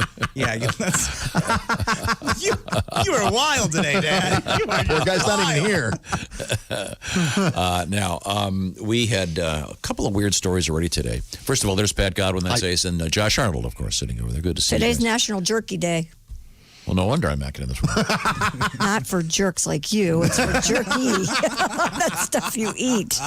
They stopped running those commercials. The beef jerky commercials? You saw the thing where the guy, you can make your jerky at home, and it has a guy, cutting up a delicious filet mignon and turning it into and jerky. put it in the dehydrator? You're right, the Ron Popeil or whatever the heck. Right. That was, who was sitting around going, man, that looks like a great idea. I swear I was. Really? Yes. Yeah. I was like, oh, man, I want to get one of those food dehydrators and make banana chips and jerky. And just like someone stoned on their couch, like, I have never dehydrated my own beef. Plus, my gosh, the jerky margins. Have you... You ever go to a gas station? Like, they're like $30. Yeah, maybe I'll get some beef jerky. Oh, well, I need a co-signer. markup. They're proud of it. Have you ever eaten jerky, Tom? Rarely. I have never had jerky. I like it. You've never had jerky? No. Oh, it's great. It's really good, yeah. We had some really exotic jerky that somebody brought in here. It was like kangaroo jerky. Oh, yeah. Yeah, Jess I think brought it in. Jess did it. Yeah, we did it. Yeah. The best jerky, I used to get jerky on the side of a highway in Colorado. Oh, it had to have been great. From a guy in a van. Oh, God. Had a sticker that said jerky. By jerky, you mean pot. No, I swear. It was off Highway 6 in Colorado. If you're going from Boulder to anywhere in the mountains, there's a guy, and he has a big van. He writes jerky on the windows of the van, and you pull over, and you get some jerky. It was the best jerky I've ever had. What kind of jerky you want? Beef or my own jerky? Well, there's also a van with a woman in it, and it's a much different kind of jerky. Yeah, she was wearing a glove. $200. No, those were at the truck stop. Come on, Dad. So we had a weird story this morning about a guy who's a porno actor running for office in Florida. Correct. Yeah. Hey, why not? Why not? Yeah. At least he admits that's what he does, and apparently now he's more of a. I read an article about him. He's more of a producer now. Oh, is he? Oh, okay. All right. He's a behind-the-scenes guy. Yeah. Gay porn, by the way. Mm-hmm. So what? No, I'm just Dave. Whatever you're into is fine with me. It was apparent that he was a porn guy. He referred to the stimulus checks. Yeah. We've been getting his money shots. Oh yeah. That was kind of That's a good line. that's a porn joke, ladies and gentlemen. That's a Those fine who are joke. Familiar with the porno world? I know Porn. everything I know about porno. Porn. I learned from Josh. It's not porno. It's porn. It's not porno. No. Adult films. And no one says porno but you. Oh, okay. Sorry. And every time you do, I cringe a little bit. Good porno. Porno. Yeah. Hey, I'd like some jerky and porno, please. Say what you will. That sounds like a pretty fun night. It does, drinking yeah. porno. Sounds like a good time. Is this the right van?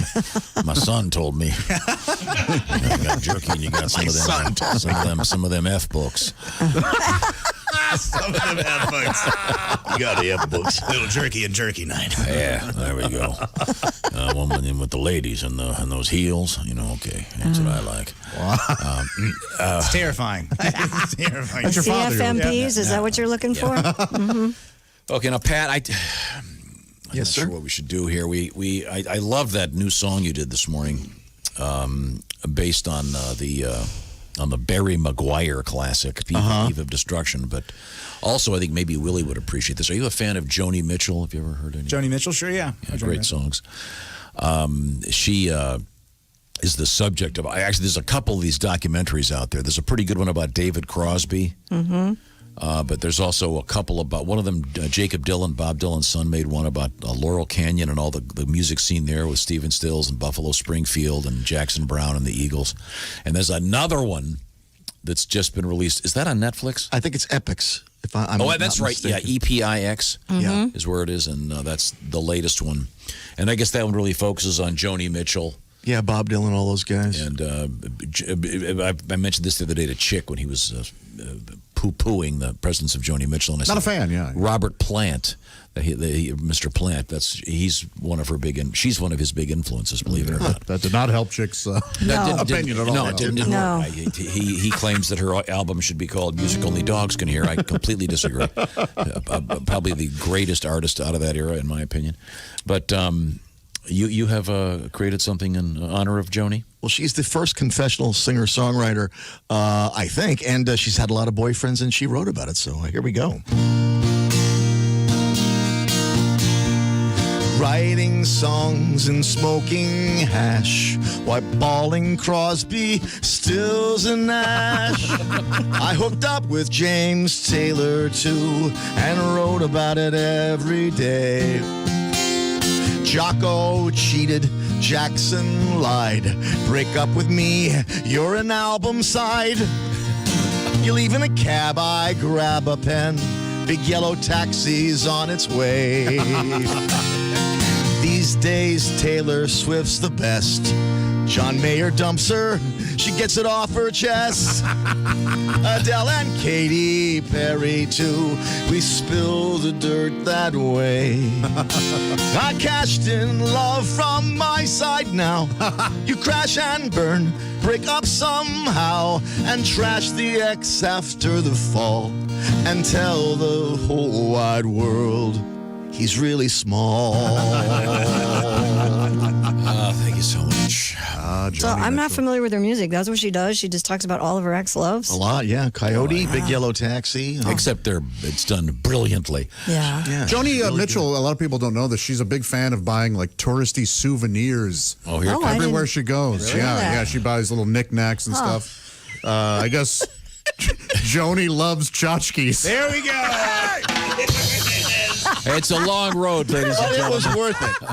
But there's a pot of gold at the end of that rainbow. Oh, boy. I got dizzy telling that one. And Willie, did you get that? What, I'm sorry? Did you get that joke? Oh, yeah, no, I got Jody Love Chachi. Yeah, I got it. A hideous television program from what? Hideous. The what is it, 70s? Oh, I was Late later than that. That was 80s. It was no good?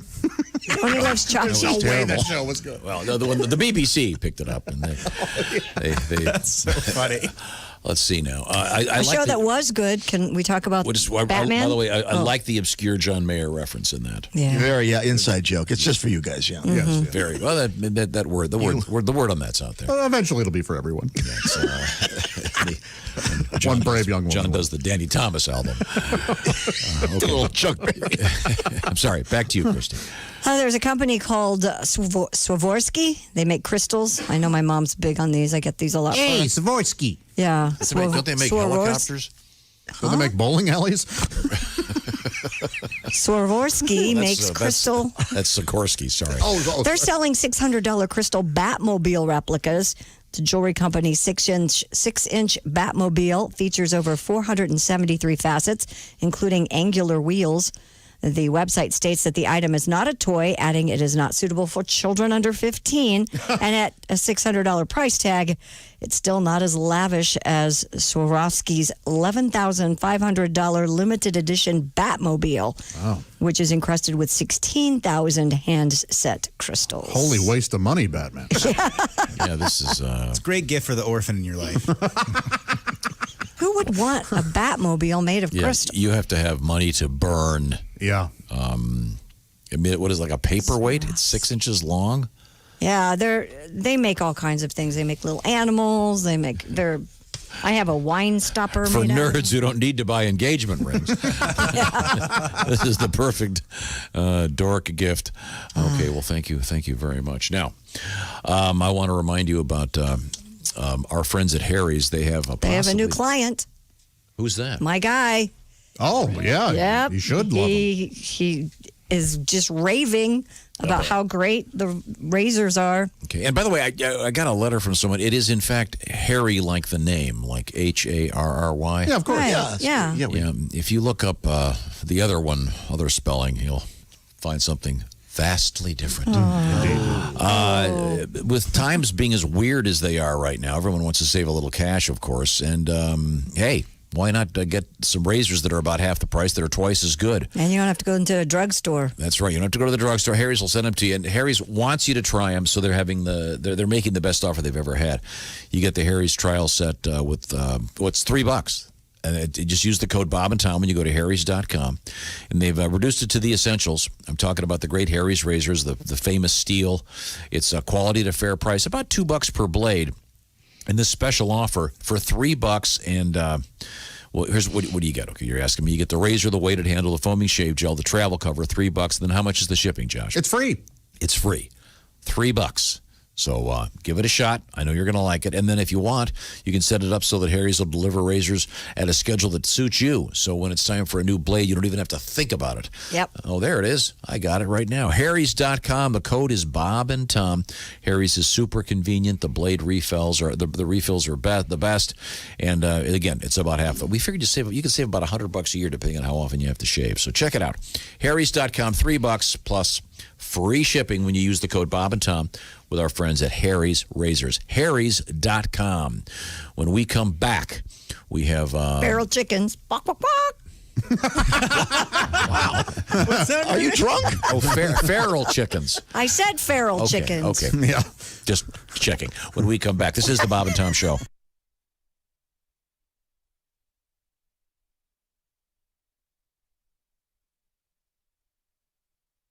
This is Bob and Tom 24/7. Comedy, guests, Bob and Tom exclusives, and it's here on the internet. Bob and Tom 24/7. Hey, you Bob and Tom fans out there, thank you. You did it. We now have over 100,000 subscribers on Bob and Tom's YouTube channel. Thank you, Bob and Tom Nation.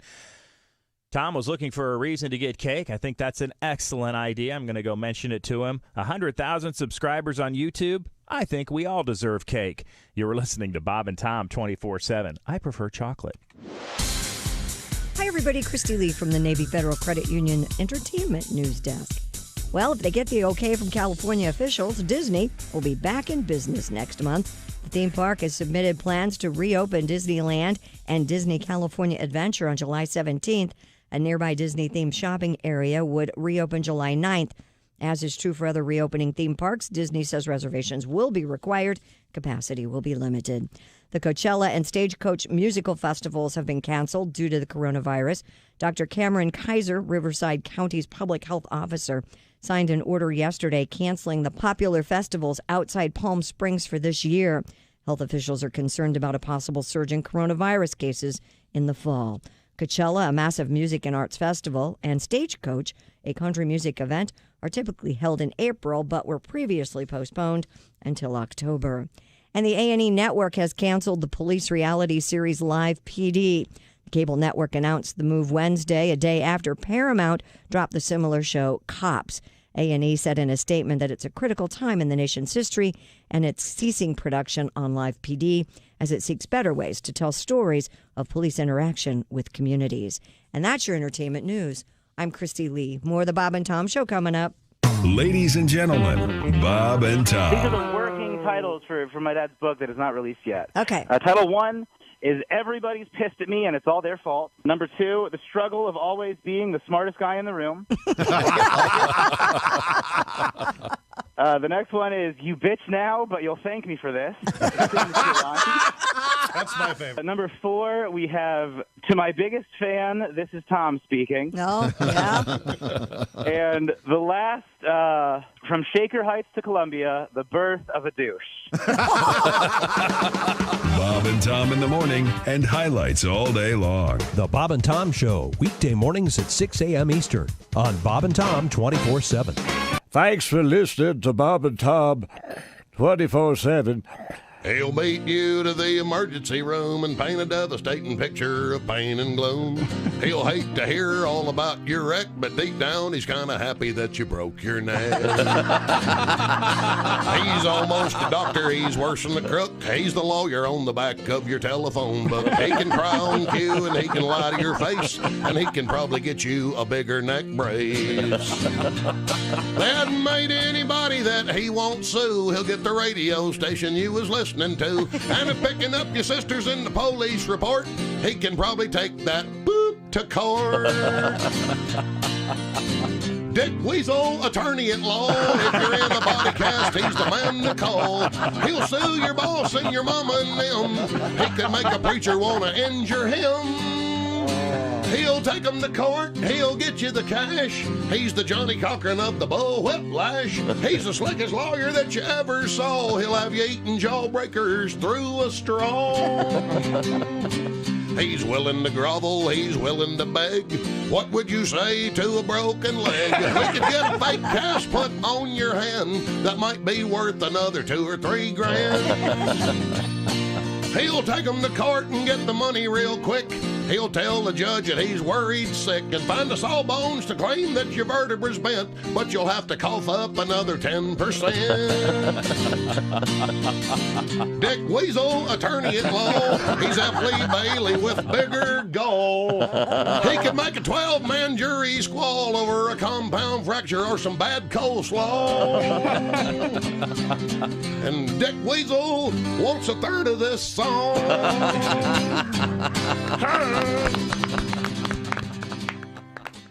Bob and Tom 24/7. There's a trend that I've been noticing in watching the news that Who are these people that protest death row inmates when the prisoner wants to die? The word nosy comes to mind. It's inhumane. It's inhumane. Oh, yeah, because he was real human. A lot of humans keep a freezer full of heads. They're so self-righteous out there on the picket line. Stop the killing. Stop the killing. No, I think you're missing the point here. He wants to die. State wants him dead. Families want him dead. Oh, but you want him to live. Fine. 920 Q95. It's the Bob and Tom Show. Thank you, East Cosby. Coming up tomorrow, heat relief. County Line Road in Emerson. Walmart will be there looking for water, bottled water, and it's an important thing to be doing and trying to help out the Midwest Food Bank. You can be part of it. We'll give you some more details on the radio. But first, Christy Lee has a quick forecast. Q95 Fox 59 weather brought to you by CarX. It'll be a great day to head to Greenwood tomorrow. Today, too, sunshine, high 80. Clear tonight, down to 58. Sunny, 85 tomorrow. We have sunshine, 66 right now. Well, thank you very much, Christy Lee. You're welcome. I know this. Hang on a second. We'll get right to it. Welcome back to the Bob and Tom Show. A special edition of the show. My son Willie is sitting in for Chick McGee today at the crazycockwine.com sports desk. Is this Willie's band? Yep. This is Willie's band from when he was in, what is this, 10th grade? 8th grade. 8th grade. 8th grade. Wow. Mezzo static. There you go. Kind of nice, isn't it? Yeah, you know. He sings great on it. Do you remember how it goes? My voice is loud. I know exactly how it goes, but I'm not going to do that. Oh. What's the name of this song? This song is called Carousel. Carousel. You're not going to sing for us? It has kind of a day in the life thing where it switches up. I'm pretty sure it's about to go into overdrive actually right now. Oh, is it? Right here. 2, 3, distortion pedal. Yeah. See, that's how we rocked. That's how we rocked back in 08. All right. Oh, live is killed. We did great. We won second place Battle of the Bands JCC 2 years in a row. That's a great song. Second place. Second Wait a place. minute. I think we saw your band. Yeah, no, you guys were there. Pat was there. I took the kids to see his band. That's Ava and exactly Sophie were right. there, Ava and and then Beaver were there. Pat came on stage. We did Brown Eyed Girl, We did right? Brown Eyed Girl together. Uh-huh. One of the great memories of my life. It was Oh, incredible. thank you. That was Very fun. good. Yes. Well, now, let's see. Speaking of old tunes, we had something this morning that references this thing. This is a song that I was saying earlier. You don't hear this on even on oldies stations because it's really it was at the time very much of the moment. I think it was the number one song for a long time. It's called "Eve of Destruction." I'll play a little bit of it so in case you never heard it before, but it's sort of like a one-verse song and over and over and over again. Over and over. Oh, is it the same? Yeah, here's what it sounded like.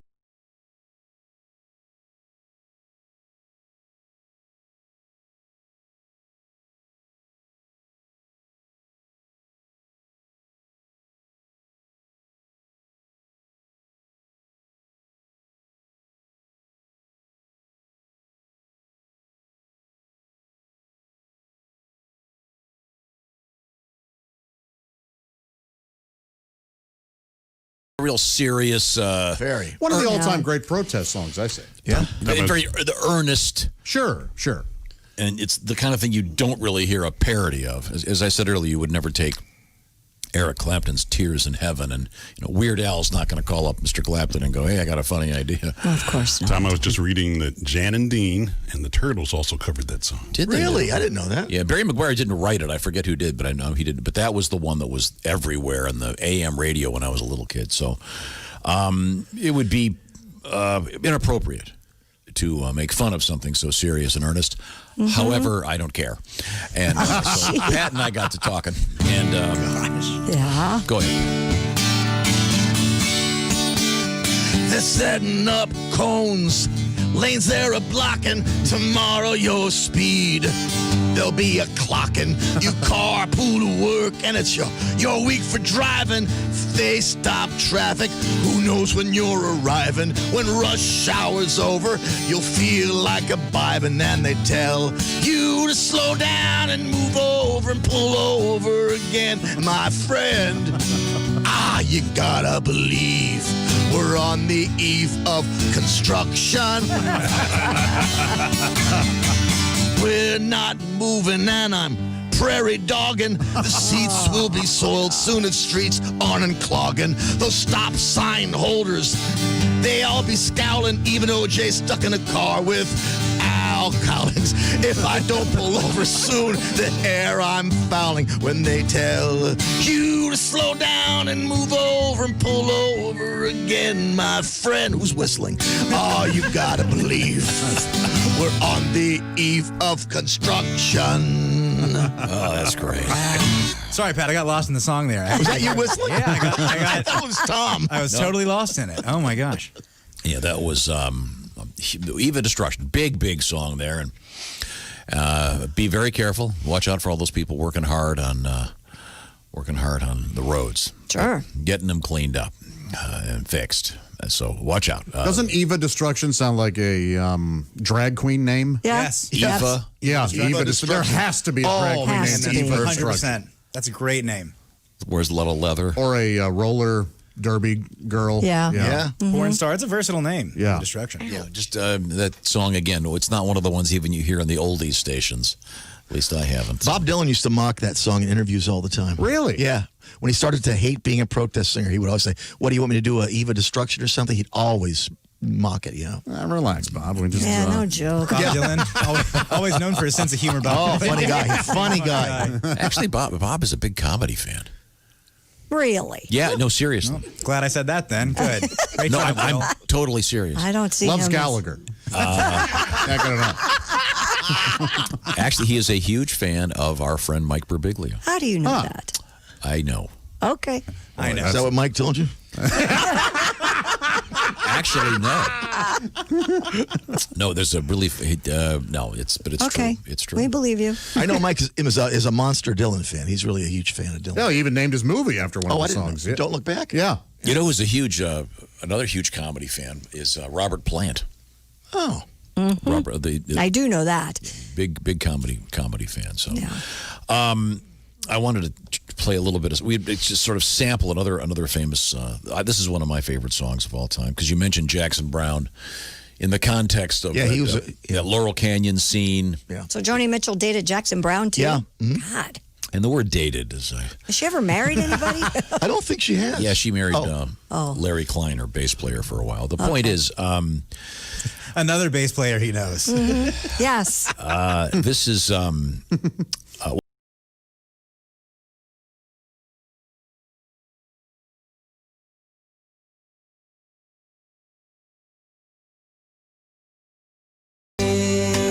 It's a great transition. It is. This is the great Jackson Browne live album. Oh, yeah. And this is that transition. Right. Yeah, the roadie song goes into this, right? Yeah. No, yeah, exactly. Yeah, when we hear he says.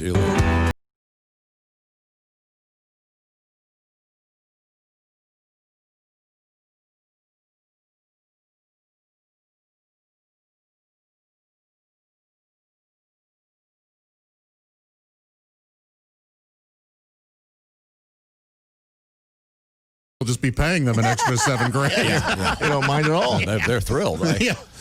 And then it kicks in, and I think his guitar player does the real high voice. Yeah. I forget the guy's name.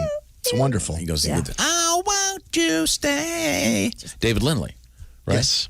I was just wondering if he does that song live now, would he have to? If the CDC don't mind, and the WHO don't mind, just if Dr. Fauci don't mind. Pat, get on it. Can you? You're going to hear it tomorrow. Yeah. Stay in place just a little bit. 6 feet away. Oh God. Okay.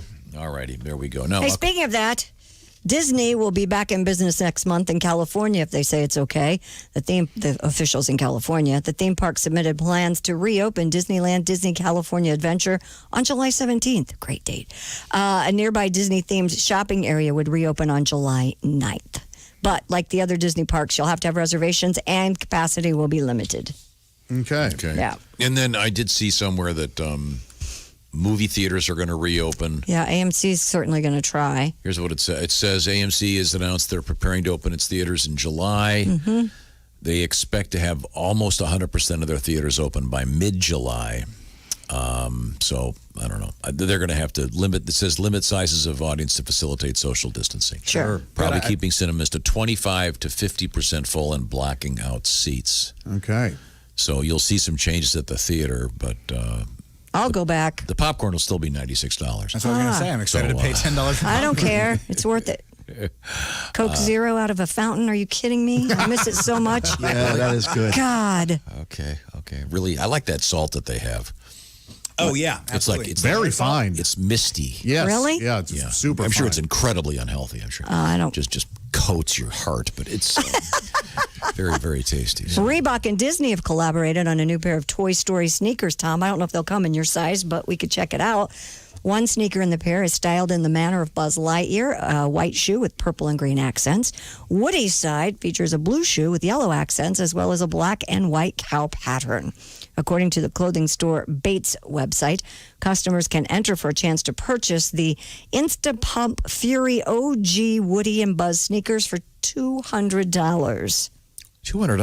Mm-hmm. Who are these for? Who are they? They're for people that grew up with Toy Story, and now they have money and they're adults and they want to spend it on this. Who would buy these? These are. I have I'm a looking million at them right. friends. They are very childlike.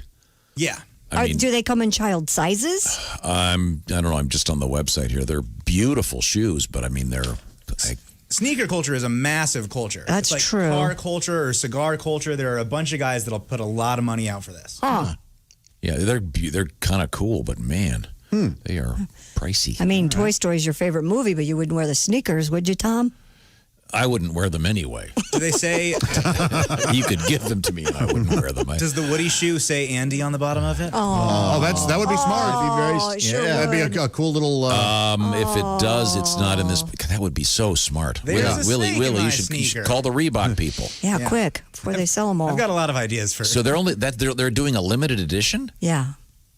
That's the whole thing. You want to make it limited edition, but that way people can It's a justify spending collecting- $200 on it. Yeah, it's a collector's item rather than an actual functional pair Think of of shoes. this like people who spend money on bourbon or cigars. This is a weird niche thing, and people who love it love it. Not for Okay. me, but you know. Yeah, not my thing. Not your thing? No, right. I have one pair of shoes that I wear every day. Yeah, we know. You also have one shirt.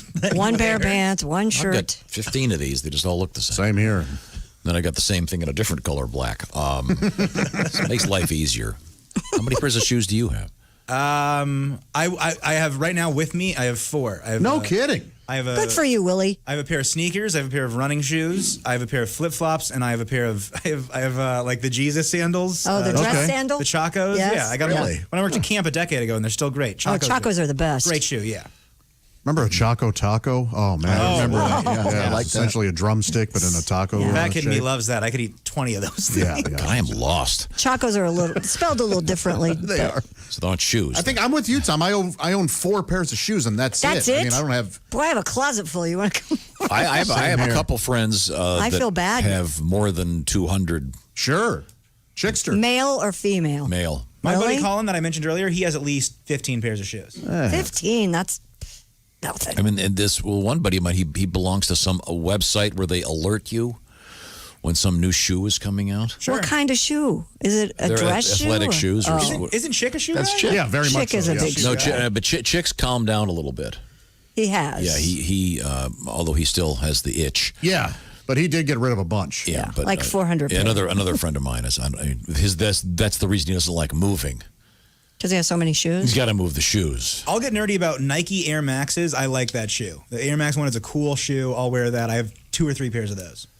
Okay. When I find a shoe I like, I buy them until they discontinue them. That's the And move. then So I I get am with- mad. That's the way Tom does. Pins.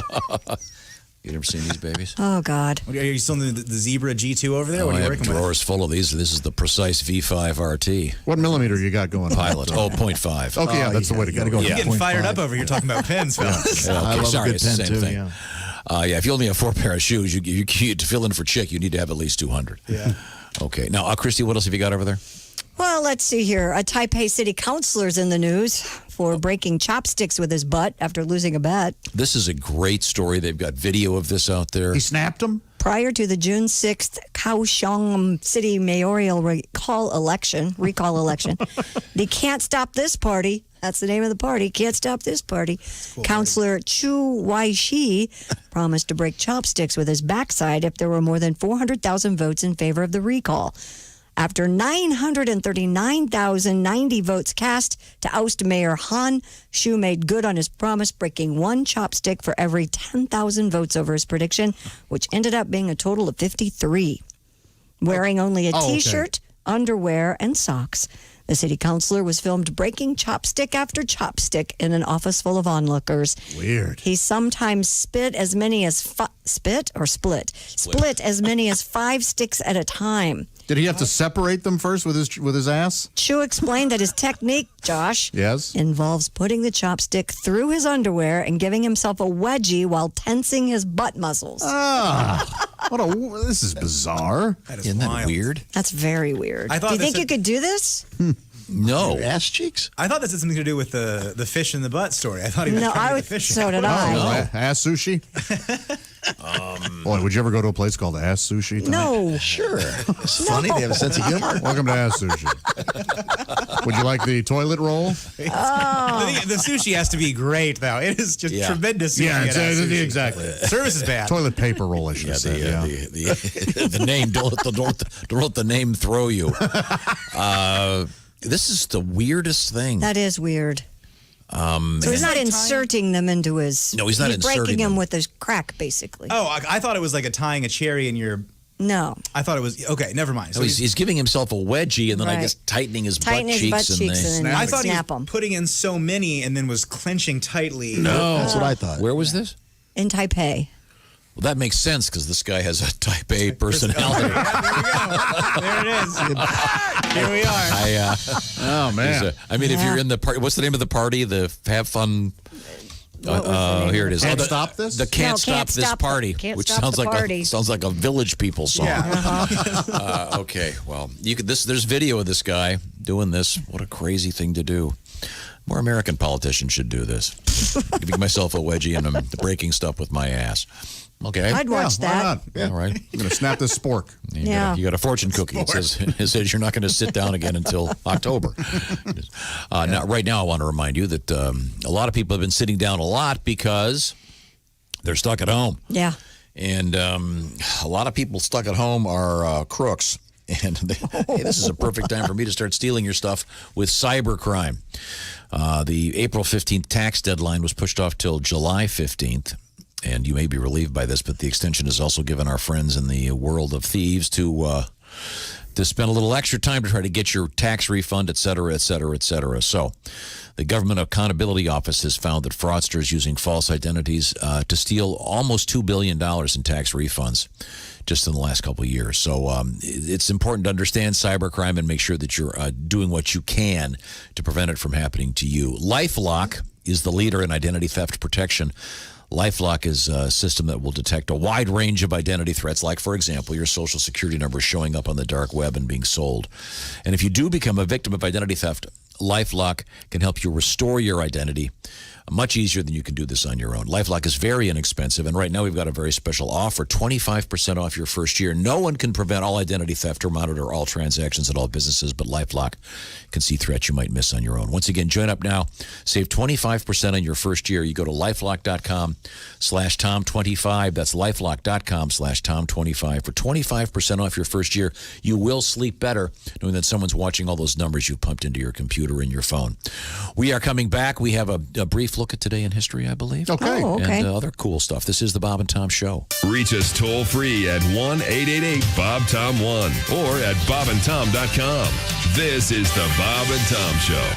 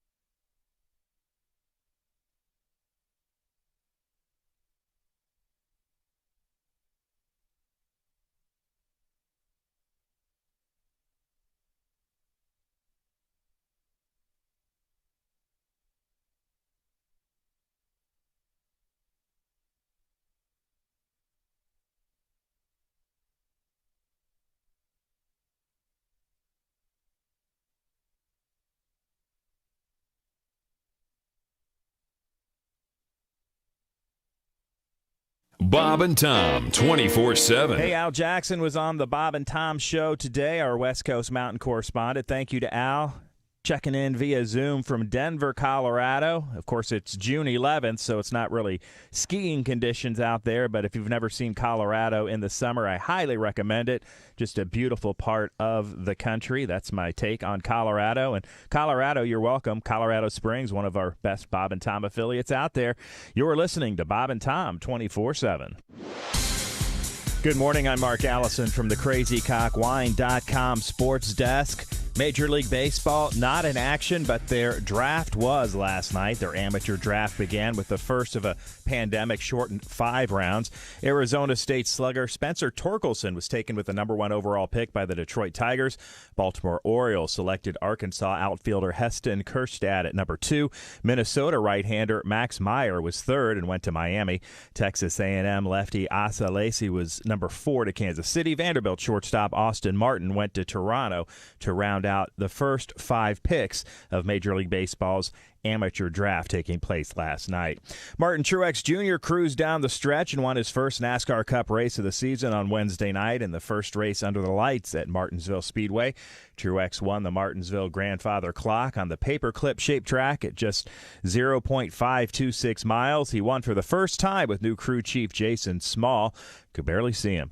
Ryan Blaney, Brad Keselowski, and Joey Logano made it a 2-3-4 finish for Team Penske. The race started shortly after NASCAR issued a ban of the Confederate flag. Bubba Wallace had called for NASCAR to ban the flag. He finished in 11th place. Tennis and golf tournaments could be in real financial trouble because of the pandemic. The biggest teams, leagues such as the NFL and NBA, seem to be in good shape because they drive most of their money from TV contracts. NASCAR also relies mainly on broadcast rights fees. Another sport built around events at independent tracks, horse racing counts on online gambling. Tennis and golf rely heavily on spectators and local sponsors. One possible fallout of reduced revenue around tennis if spectators are barred, reduced prize money. Another, some tournaments simply could disappear. That's a look at your sports update. More of the Bob and Tom Show coming up. Hey, guy, it's Kid Tarmac. You're listening to Bob and Tom 24/7. Take that to the bank. 24/7. I know. It's the most outrageous video ever because it features real girls. And not just any real girls, but real girls on video going, woo! Oh, yeah. Just the way you love them. Real girls on video going, woo! All kinds of real girls on video going, woo! All across America. Real girls on video going, woo! Features real girls. And each copy of Real Girls on Video Going features a group of loser drunk guys going, that's right.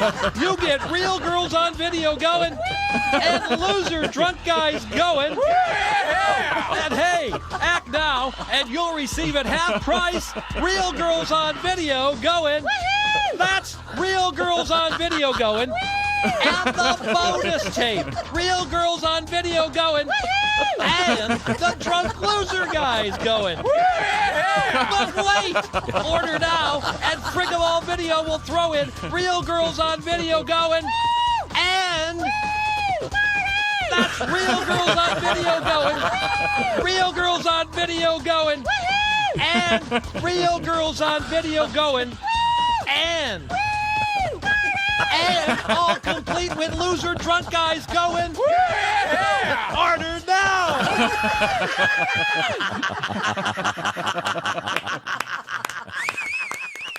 Hi, this is Bob. And this is Tom. This is Bob and Tom 24/7. I'm just sitting down at the tattoo parlor with my daughter. And no, stop right there. That's pretty scary. I'm having my tattoos redone. She's 14, and she's going to be a freshman in high school. She's very witty. She's a sparkling, wonderful girl. Right. She's been on this show, and she better not get a tattoo, you idiot. No, but everybody at the tattoo parlor thought she was 18, 19. Yeah, going to get a tattoo. Yeah. Mm-hmm. And so you that was your daughter-daddy day? Daddy-daughter day. We went to the tattoo parlor. You went to a tattoo parlor? Uh-huh. Classy. I kept trying to talk. Here's the one I want you to get, sweetie. It's I know that's a lawnmower, and that's the Pink Panther. No daughters, man.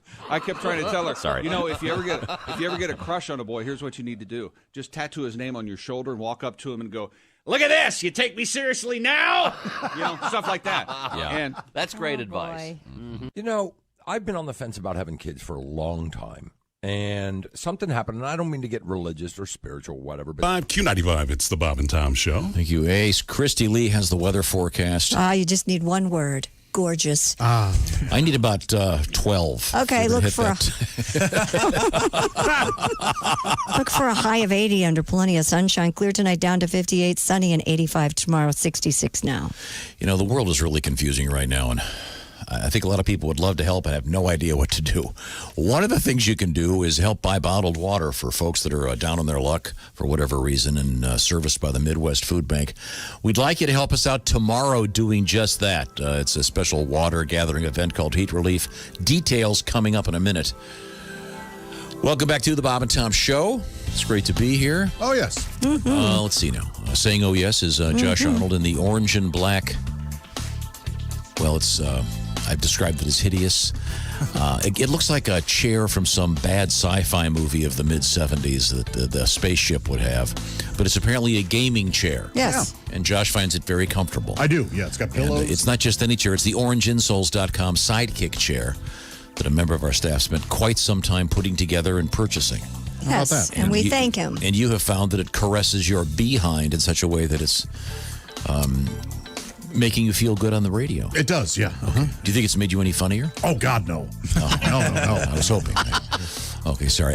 Sitting across the way in the crazycockwine.com sports chair, it's my son Willie, who's a comedian from Chicago, and Willie is sitting in for Chick McGee. Christy Lee is behind the glass over there. I'm standing, by the way. Oh. See, we can't tell. I've been standing all morning. My chair is very uncomfortable, so I just choose to stand. Well, it's the Navy Federal Credit Union News desk. Mm-hmm.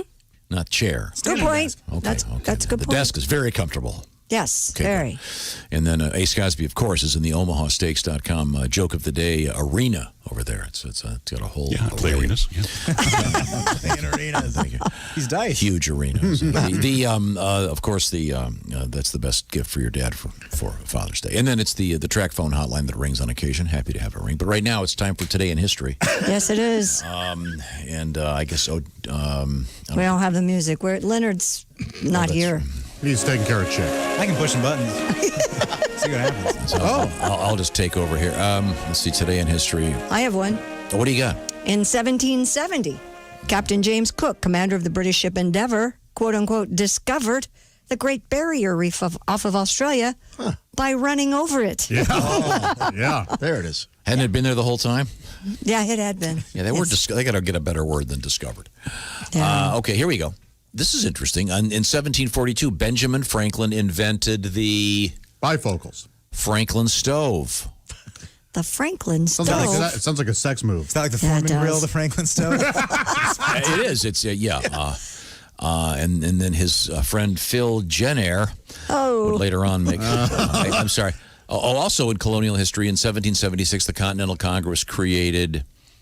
this is interesting. Look at this. Well, look at this committee. What? Thomas Jefferson, John Adams, Benjamin Franklin, Roger Sherman, and Robert R. Livingston drafted the Declaration of Independence. You really don't hear about those last few guys. It's kind of like Gilligan's Island. Mm-hmm. You know, they got... It's got to be hot, Gilligan the Skipper, too, and the rest. You don't really hear much about Robert Livingston or Roger Sherman. We have a world record that was set today. What was that? In 2010... Ozzy Osbourne led a crowd of more than 52,000 at Dodger Stadium in a 60-second scream to set a world record for the longest scream by a crowd. Wow. Scary. Okay. Did they scream all aboard? I don't know. It doesn't say what they screamed, but... Okay, here you go. This one I'd never seen before. In 1939, the King and Queen of England tasted hot dogs for the first time at a party with Franklin Delano Roosevelt. That's in the movie. Remember that, Josh? Yeah. It wasn't... what is it, on the Hudson? Yes, it was in the movie. What is that called? Damn it. Did they ask? All along the Hudson? No. We've never had this, I say. The Earl of Sandwich invented the sandwich.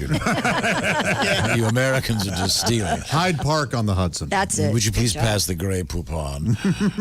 The king is with him. And here's an important thing. 1964, this is a very important date, particularly to Bill Murray. Manfred Mann recorded...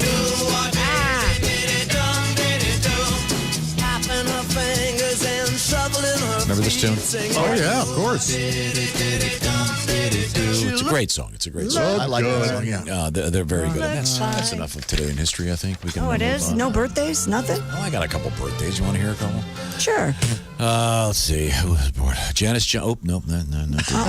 Celebrating her birthday. Jackie Stewart's 81 today. Anybody still alive here? Jacques Cousteau, Vince Lombardi. Oh, that's why mine are alive. Yours are dead. Gene Wilder. They're all dead. Henry Hill. Joe Montana, 64. Actor Hugh Laurie, 61. Oh. Yeah. Dr. Oz. There you go. Happy birthday. Okay. Oh, Peter Dinklage. Yeah, 51. Doesn't Dinklage sound like a description of someone with a small penis?